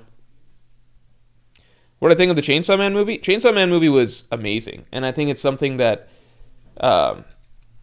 you could watch if you're not a Chainsaw Man fan and still really really love. Like Chainsaw Man movie was like it's the best of I mean, how many so far I've seen Jujutsu Kaisen, like in terms of anime that have had their story arcs adapted into canon movies, right? So I've seen Jujutsu Kaisen 0, right? The Demon Slayer movies, and then Chainsaw Man. I think Chainsaw Man is far and away better. Chainsaw Man, the Chainsaw Man movie almost fucks things up because it's on such a different level of quality that it's hard to imagine the anime recreating it, because it's not about just animation quality with that one. There's so much thought behind the actual artistic direction, like the creativity behind the direction, like the visual metaphors, symbolism, like all the little subtle directorial choices. It's so layered with those, such that even if they match the, like let's say the animation quality and choreography or whatever, they can match that for an anime. But I'm very curious, like how can you have that same level of meticulousness in terms of scene direction, like episode after episode? That's very hard to grasp. If they can pull that off for the anime, that would be like the best season of anime of all time. I don't know how they would do that. The movie is just surreal. Like it's a dream. It's just genuinely something that you could show someone who's never seen anime before and they'd be like mesmerized. Meek, thanks for the 5. Hey Morge, my bad I'm late. No worries, man. Finals week for me right now. How was the episode? I haven't watched it myself yet. I like how recent Egghead episodes are like movie quality. I think the episode was good. I think I was personally expecting it to blow me away just because it's like it is, yeah. I think that's a fair expectation because this is the climax of the arc. Like this is the climactic moment of the arc. This is where the bad guys are defeated. The whole conflict is resolved. So I thought it would be. I think that it was very stiff in moments, like with the hockey not release. A lot of it felt stiff, a little choppy, dragged out. Maybe isn't correct, but like the whole sequence didn't feel fluid to me, and it did feel like a little bit choppy. And I think it would be a very good scene if it was just another scene. I think for the moment that it is, and considering the new highs that the One Piece anime has reached, you know, like the One Piece anime has really reached some new highs in terms of what it does with certain scenes. I think it fell short of that, but it's still a very good scene in a vacuum. Does that make sense? Like, it's just for what it is, which is the climax of the whole storyline. So if I were to look back, right, because we've concluded most of Egghead's action sequences, my takeaway is this. I feel like Egghead arc ended. I know everything's in production all the time, right? But I feel like once Toei's looking at the entirety of Egghead, and I feel like their conclusion might have been that Luffy Kizaru and Zoro versus Lucci are kind of the most important climactic sequences of the story, and those clearly seem to have gotten the most time and care, which I think is fundamentally not correct, because I feel like it was kind of just looking at it like, okay, well, what's the last big fights of the arc? And it's Luffy versus Kizaru, Zoro versus Lucci, right? Those are the last two full conclusive fights, and I guess Bonnie versus Saturn, if you can call it that. But Egghead really wasn't about the fights. If anything, like in the manga, Luffy versus Kizaru it's fine. Like it's an okay fight, but it's not supposed to be like Luffy versus Kaido or some shit. And Zoro versus Lucci is just not important either, right? So I think them putting more effort I think they just identified that as like, well, those are the last two fights for Luffy and Zoro that really like conclude in the story, so we'll put our efforts into that. I think that that's the wrong angle because this really is the climax of the story, right? There's no reason that this shouldn't get the same or more time and care. Although obviously it's really cool how they elevated both Luffy versus Kizaru and Zoro versus Lucci in the anime. It's just, I think the angle might have been a little simplistic. They obviously did a phenomenal job with Kuma's backstory ending too, but I'm just looking at it as a whole. I feel like the last sequences that they were like, these are the most important ones for Egghead. It's like Luffy, Kizaru, Zoro versus Lucci, and I feel like that's incorrect because those aren't actually the most important battle. Like, you know, they're just the last 1v1s that really conclude in the story, but if anything, those are fights that are kind of like warm-up fights to the really big stuff. The Gorosei's appearance, they did real justice to that too. That's probably, that along with Luffy and Kizaru is probably like the other really iconic. The Kuma flashback conclusion, Gorosei arrival, and Luffy versus Kizaru, those are the three things that they really poured a shit ton of time and love into. Zoro versus Lucci, you could argue as well. But I still feel like they picked out parts that aren't really concluding the story and kind of skimped a bit on the stuff that matters the most. Maybe the Bonnie scene. Yeah, I guess the Bonnie scene, that did look good from the recap that I saw. Yeah, 1152 is a way better experience. Yeah, that just throws me because, like, this is if you're reading the manga, right? So if you're reading the manga, the concluding moments that everybody remembers are the spread of all the characters, right? And then the Joy Boy Hockey Knot. And that's, like, the climax to Egghead. Like, that whole thing, that whole sequence of events. And Bonnie defeating Saturn, Luffy defeating Saturn, that happens, but it's in the build-up to those two other moments. Like, you can read the flow of the chapters. So, I don't like how the anime what they prioritized here, but it is what it is. They still did good, you know? That it's now more so that the animation is often so high that the bar is really, really up there. Justin, what's up, man? Thanks for being a Pirate King. Do you remember for 38 months, man?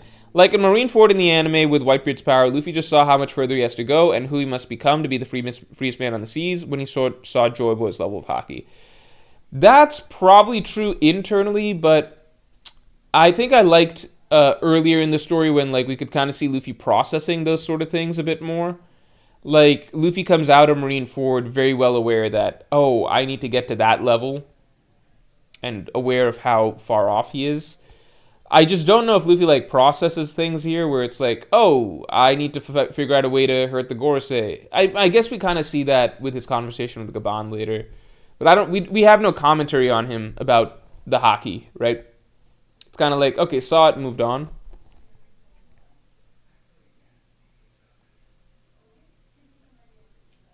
Yeah, the Five Elders transformation was awesome.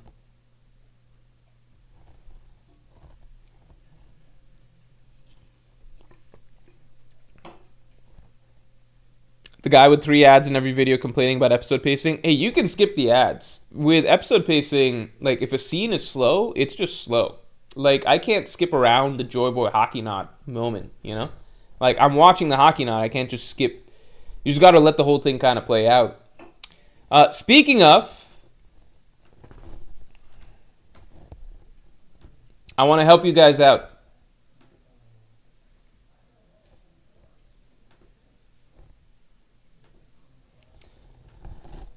We are having the greatest sale in the history of anything, in my opinion. So all of our posters in history are now back. All of our posters, historically speaking, ever, are here. All right, we're bringing them all back, except for the ones that were exclusive to some months. Those have gone away. But our general collections, broadly speaking, the general collections are back, right? And you can buy 2, get 4 from any collections. Everything you see behind me on the table and more, right? You can buy an island poster, a ship poster, get 4 boss posters for free, get 3 island posters, 3 boss posters. You can mix and match these 6 posters however you like. It's all available. And we've got exclusives that are only going to be around for December and then gone forever. Exclusives, December only, then gone. All right? We got Dami Reversi Rocks. We got the Going Merry. We've got everything for you guys. Oh, shit. Let me send one thing. I just remembered. Oh, my God. What the fuck? Shit. Oh, man. What the fuck? Did this shit not send? Oh, my God. Did this not send? Oh, my God. This shit didn't send. Okay. Yeah, we got Dami Reversi Rocks. We got the Going Merry. We got everything. We got the Going Merry flying. We don't have the original Going Merry because that was a 1 month only thing. But these are December exclusives. These are the new December exclusives. We've got Shamrock. We've got Garling. We've got new ships. Obviously, Skypiea Going Merry. We've got Ace's Striker. We've got Maxim and my personal favorite of the month, the Puffing Tom, the Sea Train. Yeah, so definitely get in on this deal while it's still going because this is a December-only deal. This deal is only for December. So make sure you guys jump in on this. I'll post this for you all so that you do not miss out.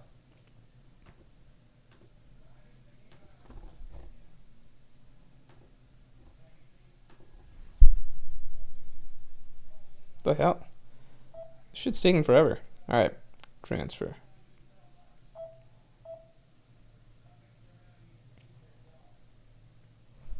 All right, don't know what to say about that. Trying to send the podcast that I recorded right before the stream started. It's taking a while. All right. Yeah, buy 2, get 4. Amazing deal. 6 posters for the price of 2. 6 posters for the price of 2. Make sure you guys jump on that while you can because we're not doing this again. This is a holiday special only.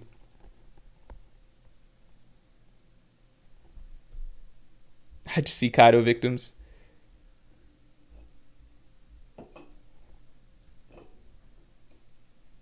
Tornado says 2 posters and 4 free is unironically a good offer. It is a phenomenal offer. It is the greatest offer one could ever hope for. If you're looking for gifts for One Piece or gifts for people that you know in your life who might like One Piece for Christmas, this is a great deal. If you got 2 friends, 2 people that you know, partners, whoever, that love One Piece, you can get them at 3 each, 3 and 3. Or you can get 2 for yourself, 2 for one person, 2 for another person. If you have 6 friends who love One Piece, buy 2, get 4, you get 6 for you get 1 for all of them.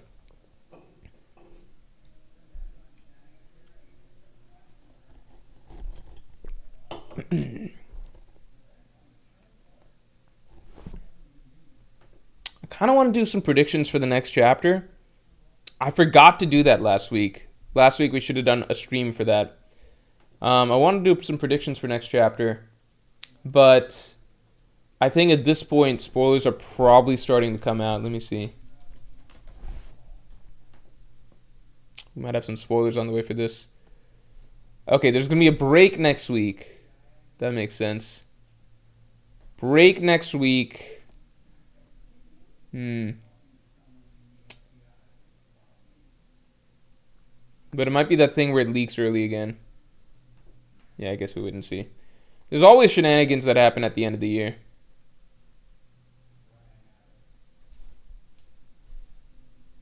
Oh, shit. The stuff for this seems really... this next chapter seems like it's about to be really exciting. Oh, my God.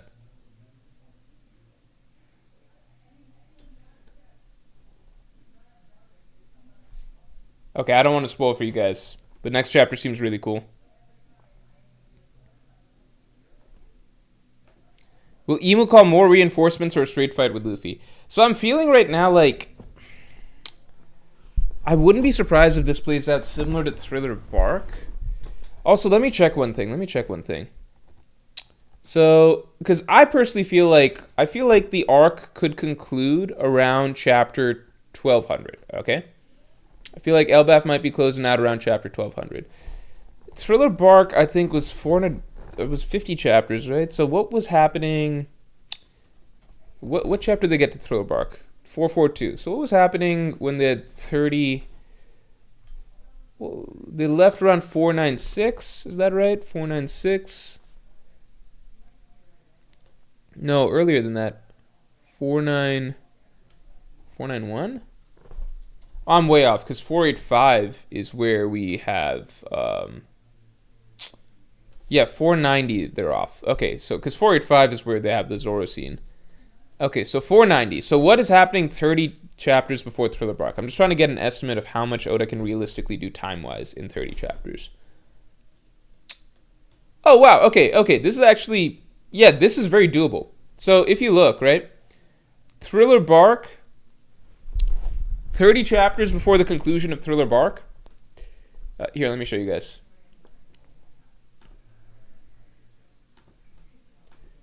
Yeah, 30 chapters before the conclusion of Thriller Bark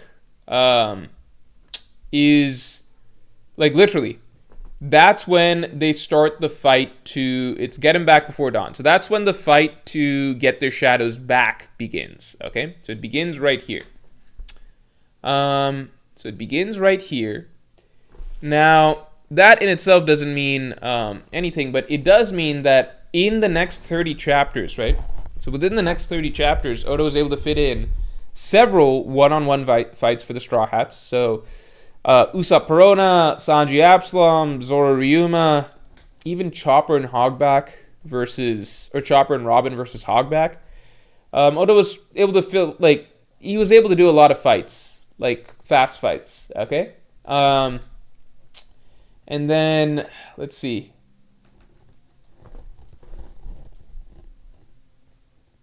So he fit a lot of that shit in.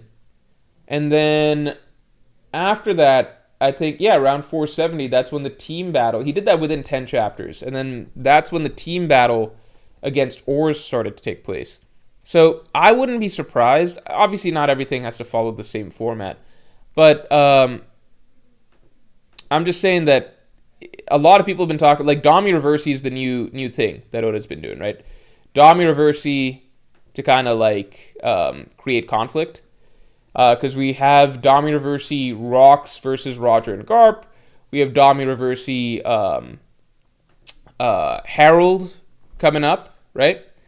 So I would not be surprised if we get like Dami Reversi'd. Some people have said Dami Reversi'd Luffy. Some people have said Dami Reversi'd Loki. But some sort of Dami Reversi situation. It would not be surprising if that takes place, and then you get the Straw Hat crew versus, something, So, hold on. I feel like, because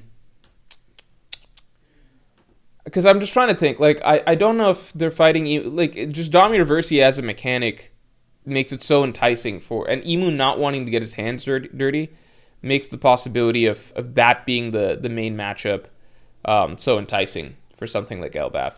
It also feels like a little bit, how to say, like, not random, random's not the right word, but just a reminder, you can get this for the next... you could get this for Christmas, basically, right? If you order now, you'll be able to get it for Christmas. Buy two, get four. But, yeah, Dami Reversi being a mechanic just sets up so well for potentially that sort of a final conflict for the arc. So here's what I'm kind of thinking. Vague predictions for the finale of Elbaf. My vague predictions for the finale of Elbaf are basically, I think some characters will get some solo fights. We've already got Dami versus Dorian Brogy. So maybe we get like Usopp versus Killingham. I think that's the one that I feel confident on. Some people have said Sanji versus Sommers. I think that could be maybe a thing. Although I would love to see also Robin versus Sommers somehow. Or Zoro and Sanji versus Dorian Brogy. I think what I would like to see at the end of the day, though, is like maybe some team effort against like a Dami versus Loki or a Dami versus Luffy. I don't think there's a ton that suggests that like that either of those options will definitely happen, but I think that they could definitely be on the in the cards. You know.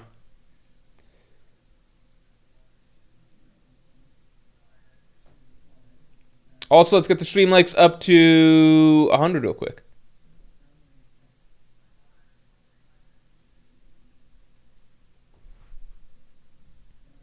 Do I think Loki's joining the Blackbeard Pirates? Seems like the whole flashback was set up for either him to join the Straw Hats, but that doesn't feel right. He's too OP. I don't think he's joining the Straw Hats or the Blackbeard Pirates. I don't think he's going to be either route.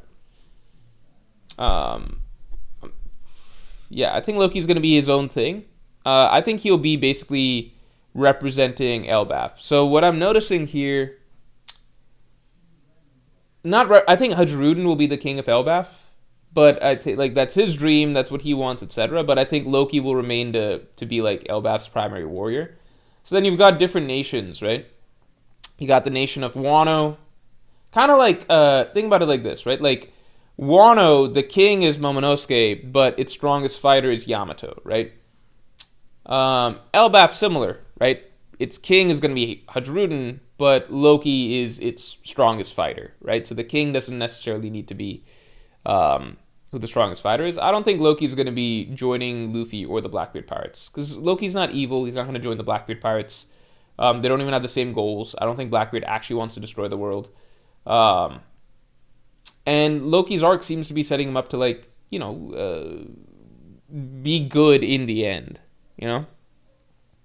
Usopp is beating Dory and Brogy after Zoro and Sanji lose to them. I don't know about that, though. If Luffy gets Damied, who the hell could stop him here? I mean, you could have the argument that Loki plus the Straw Hat crew could do it, you know? Dami reversing Luffy would be crazy, though.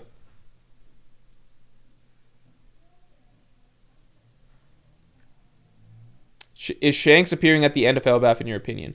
I'm so confused now at what point in time Shanks is going to show up. Because so much seemed to have been laid for him to be here at Elbaf. And he was right before the arc started, but then he left. It's kind of crazy.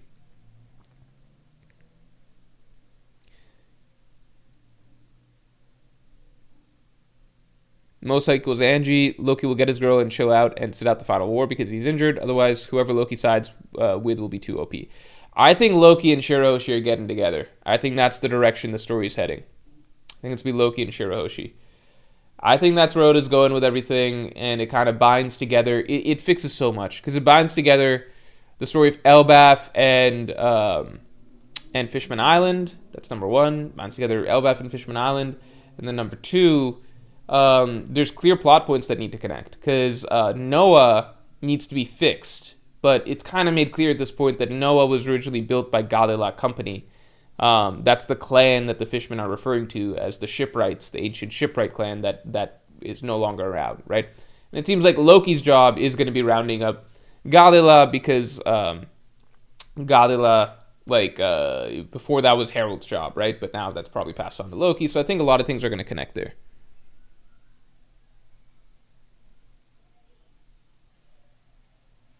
Wouldn't Nika grant natural immunity against Dami I guess post Herald and Rocks, all bets are off. I don't know. It's possible. Maybe Nika does grant immunity.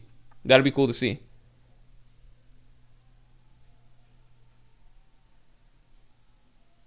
Will Fishman Island... I think Fishman Island is the first stop for the Straw Hats in the final war. Loki will want to rush there. I think it's very possible. I think it's so hard to predict right now. Because it's almost... Okay, I do think that Elbaf can conclude in the next 30 chapters. I think Elbaf can conclude in the next 30 chapters. Elbaf doesn't have a giant cast of characters. It really doesn't. It does not have a giant cast of characters. A lot can happen in 30 chapters of Elbaf. Like, if you think about it, everything that's taken place in Elbaf so far happened in 20 chapters, just about. Little bit over 20 chapters because the flashback started at 1152 and they got to Elbaf 1128, you know? So that's like 24 chapters. A shit ton has happened, you know? Elbaf's a pretty tight storyline. The flashback has actually taken up close to the length of everything beforehand so far. So I think we can conclude Elbaf without too much time being taken up there. Just because Oda didn't overload it with side characters. There's obviously side characters to meet, but there's a difference between side characters who happen to be there and like have personalities and like we can kind of meet and get to know a little bit, like a Gerd or a Stanson or something like that, versus side characters where we need to delve into their stories. And in Elbaf, that's really just like Loki, Hadrudin. That's pretty much it.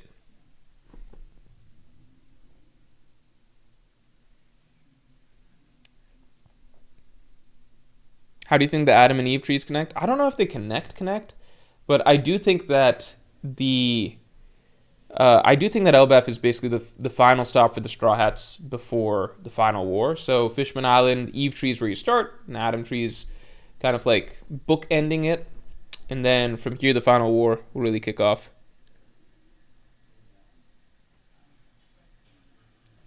Also, you may have forgotten Loki versus Shamrock is directly set up. Remember when Shamrock told Loki to come fight him if he survived? Yeah, that's the thing that I'm wondering about, which is like I'm really trying to figure out Final War matchups.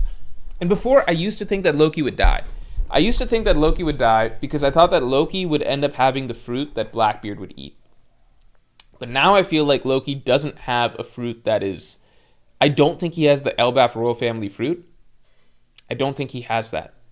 So I think Luffy got it, and I think it was the Nika fruit. I might be wrong, but we'll wait and see, right? So with that in mind, I don't think there's a need for Loki to die. We also see in the mural like somebody that looks like Loki going to fight. So I wonder now if Loki's going to be one of the last key significant side characters that we see fight in the final war. It's kind of weird because like it feels like Loki is the true equal for Luffy that we were kind of looking for as like this counterpart character. And we browsed some options like Kid, but Kid was a joke. And like, you know, like, I wonder if that's why Oda kind of removed Kid in the story at the point that we meet Loki. But that feels really rude to do to the character. I don't know. I still don't know if Kid's done yet or not.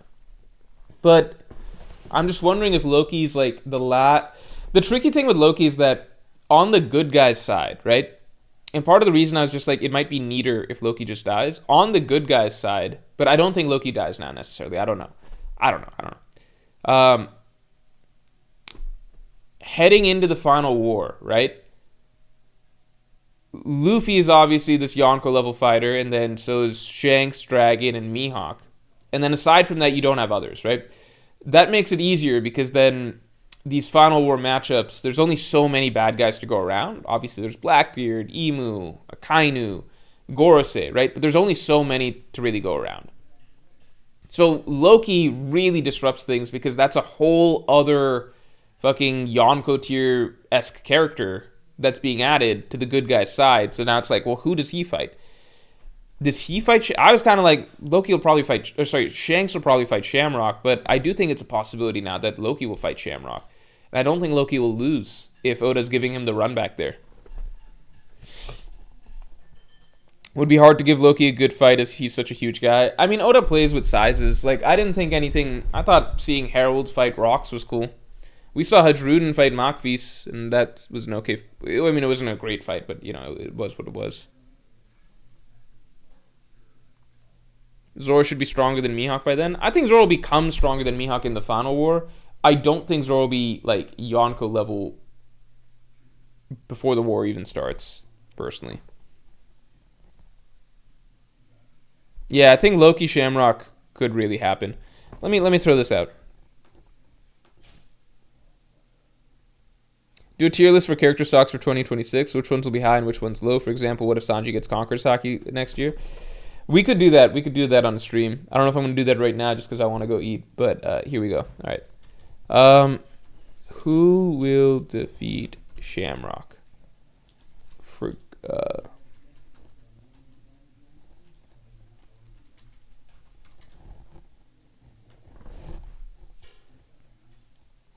The thing is, I just wonder, because I'm like, who would be a good opponent for Shanks then, come endgame? Like, who's a good opponent for that guy?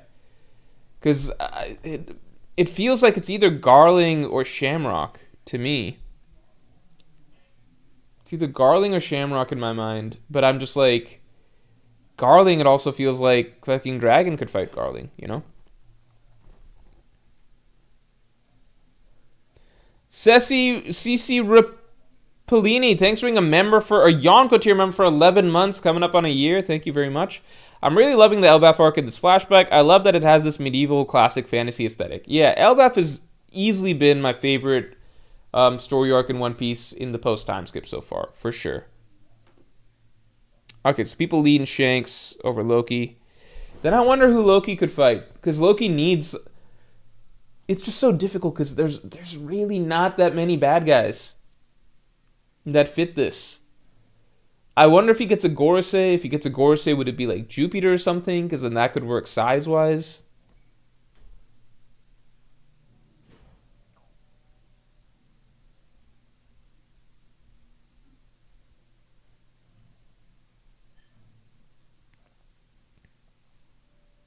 Zoro could also fight Garlingwall. I actually don't think the Straughts will be fighting the Gorosei.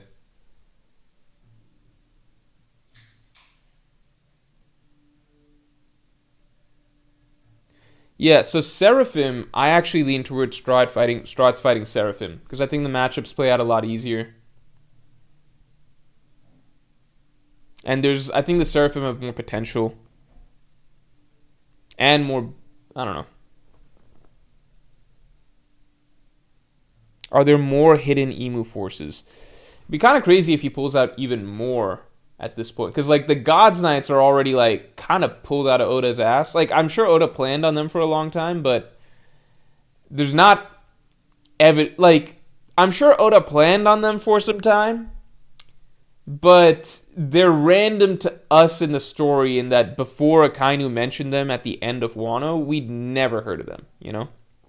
But apparently they're like not even a secret force. They're just out and about in the world pretty often, you know?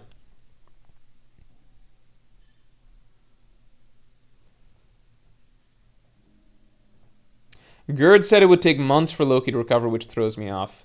Yeah, that's the other reason I kind of thought that, like, I mean, there's many reasons that I thought that maybe Loki fucking dies in this arc, but one of them was kind of, I don't know if he'll be shown to be in his prime. He's clearly weakened and stuff.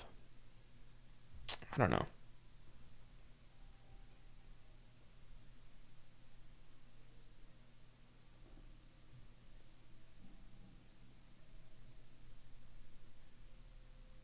These final war fights might disappoint if recent fights are anything to go by.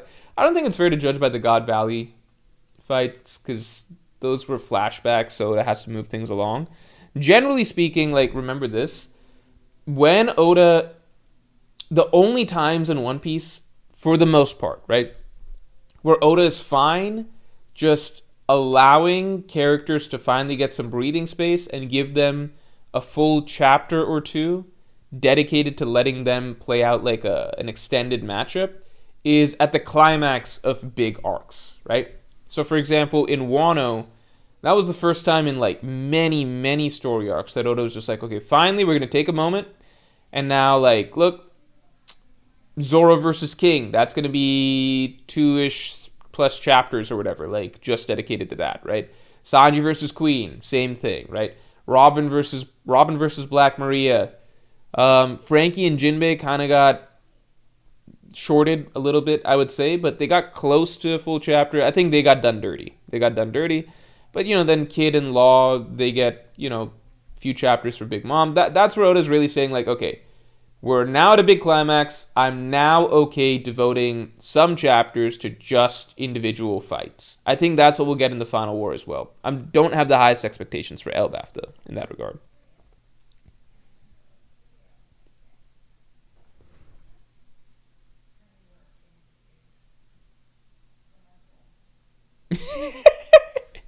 CJ Comics says we know the Giants of Elbaf are uneducated, so maybe Gerd just doesn't know what she's talking about. So, one, I thought the whole point is that they are educated now. I thought that was the whole point. And two, it's more so that Oda's trying to tell us, like he's trying to communicate to us that Loki's not going to be in full health.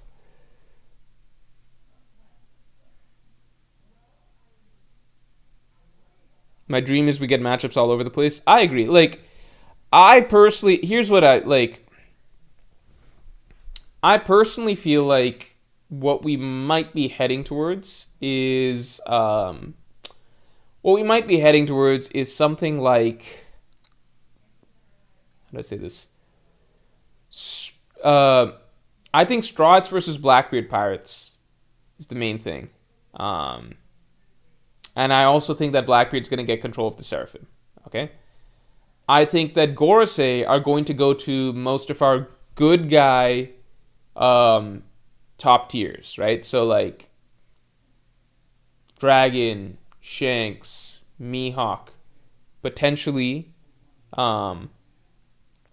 potentially Loki, something like that. Okay, that's what I think on that end. Then I think God's Knights are for a lot of these significant side characters that we have throughout the story.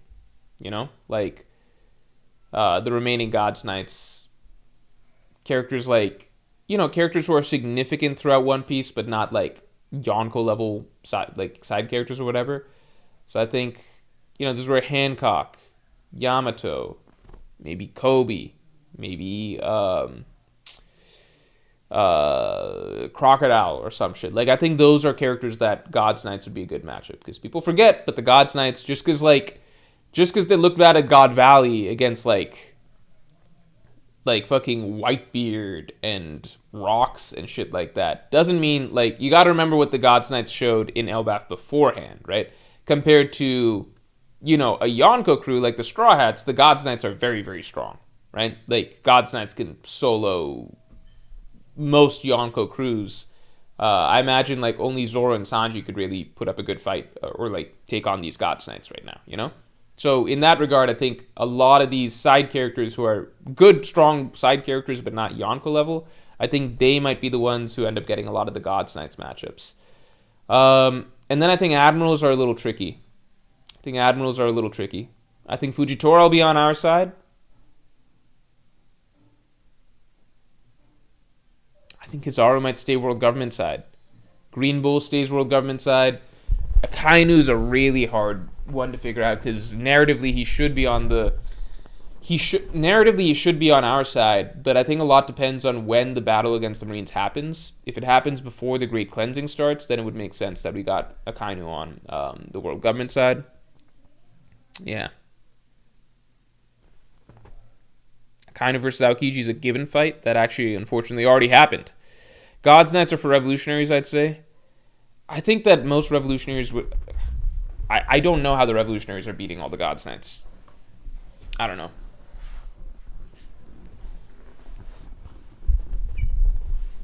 Maybe. I think the God's Knights are pretty significant, and I think that there's so many side characters in One Piece that need those fights. And I think the God's Knights, the way Oda's kind of written them so far, is like the perfect level of strength. Where a lot of people feel like God's Knights are maybe like a lot of people had we did some of these rankings recently. Like, a lot of people have Gunko at like Yonko first mate level. I think people don't really have Sommers quite there, but like everybody views the God's Knights as being, plus like taking into account their regeneration and stuff, like at least strong Yonko commanders, if not Yonko first mate type characters. To me, that's the perfect range for checking off matchups for a lot of these other side characters that we've got in the story.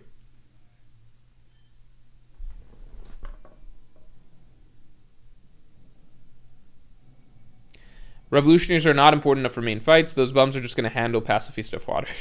Okay, so I'm not that far in that direction, but I know that the revolutionaries will need some good fights. I'm kind of like, is Oda really going to shortchange some of our longtime characters for revolutionaries getting fights? Because, like, Lindbergh's cool and all, but I would rather make sure that Hancock gets a fight, or like Crocodile, or even fucking Yamato,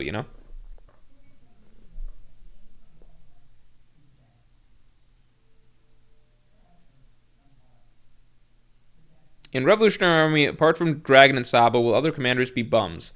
I think the Revolutionary Army has to be somewhat effective, because otherwise it makes Dragon's like efforts assembling this army for like so long look kind of ineffective.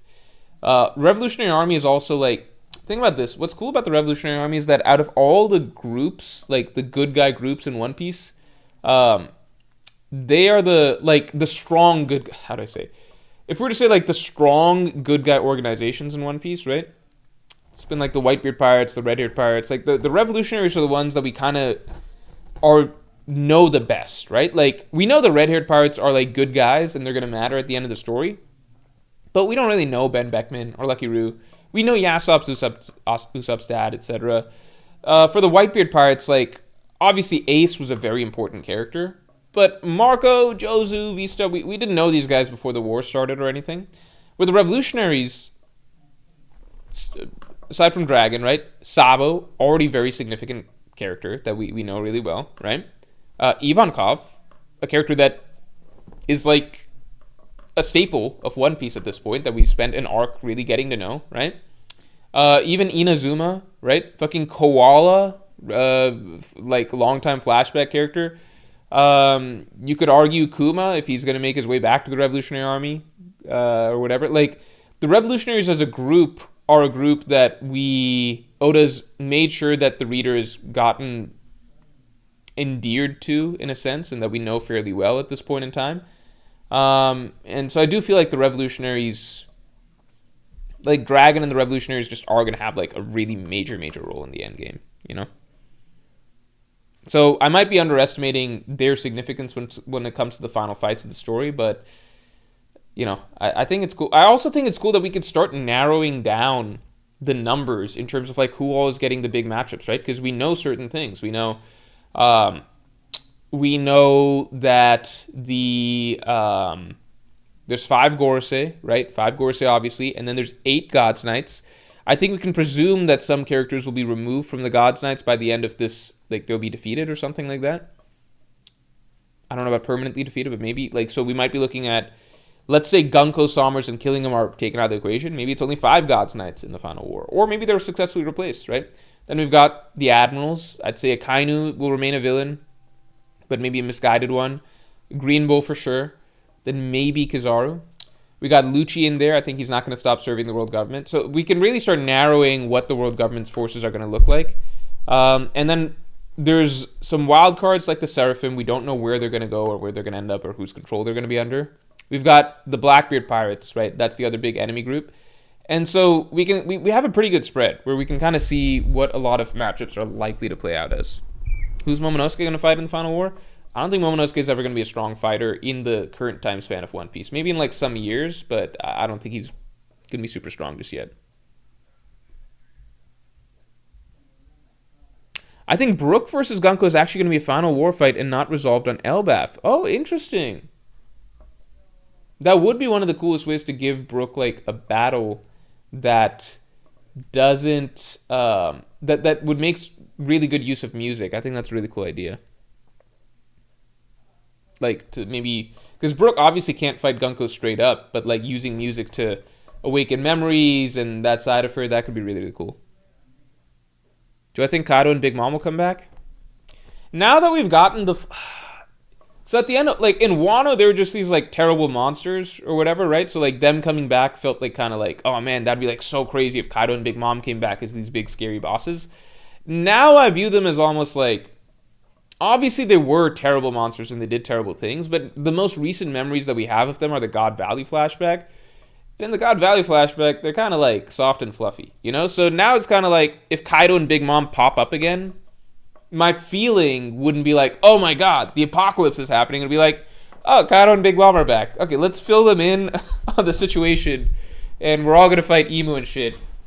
Like, you know, like, I think Oda would have to remind me that these guys are villains and like they're a big problem right here. But my instinct would kind of not be like, oh no, more bad guys are back. It would be kind of like, how do we fit these guys in? What are we doing with these guys? What's the deal? You know? All right, everybody. I think that I'm gonna call it here. I enjoyed the episode, but I'm not necessarily gonna be rewatching that one anytime soon. I'm really excited for this upcoming Friday's chapter, just based on some of the things that I'm reading. It sounds like it's really exciting. And yeah, with that, thank you all for tuning in. With that, I will talk to you all later.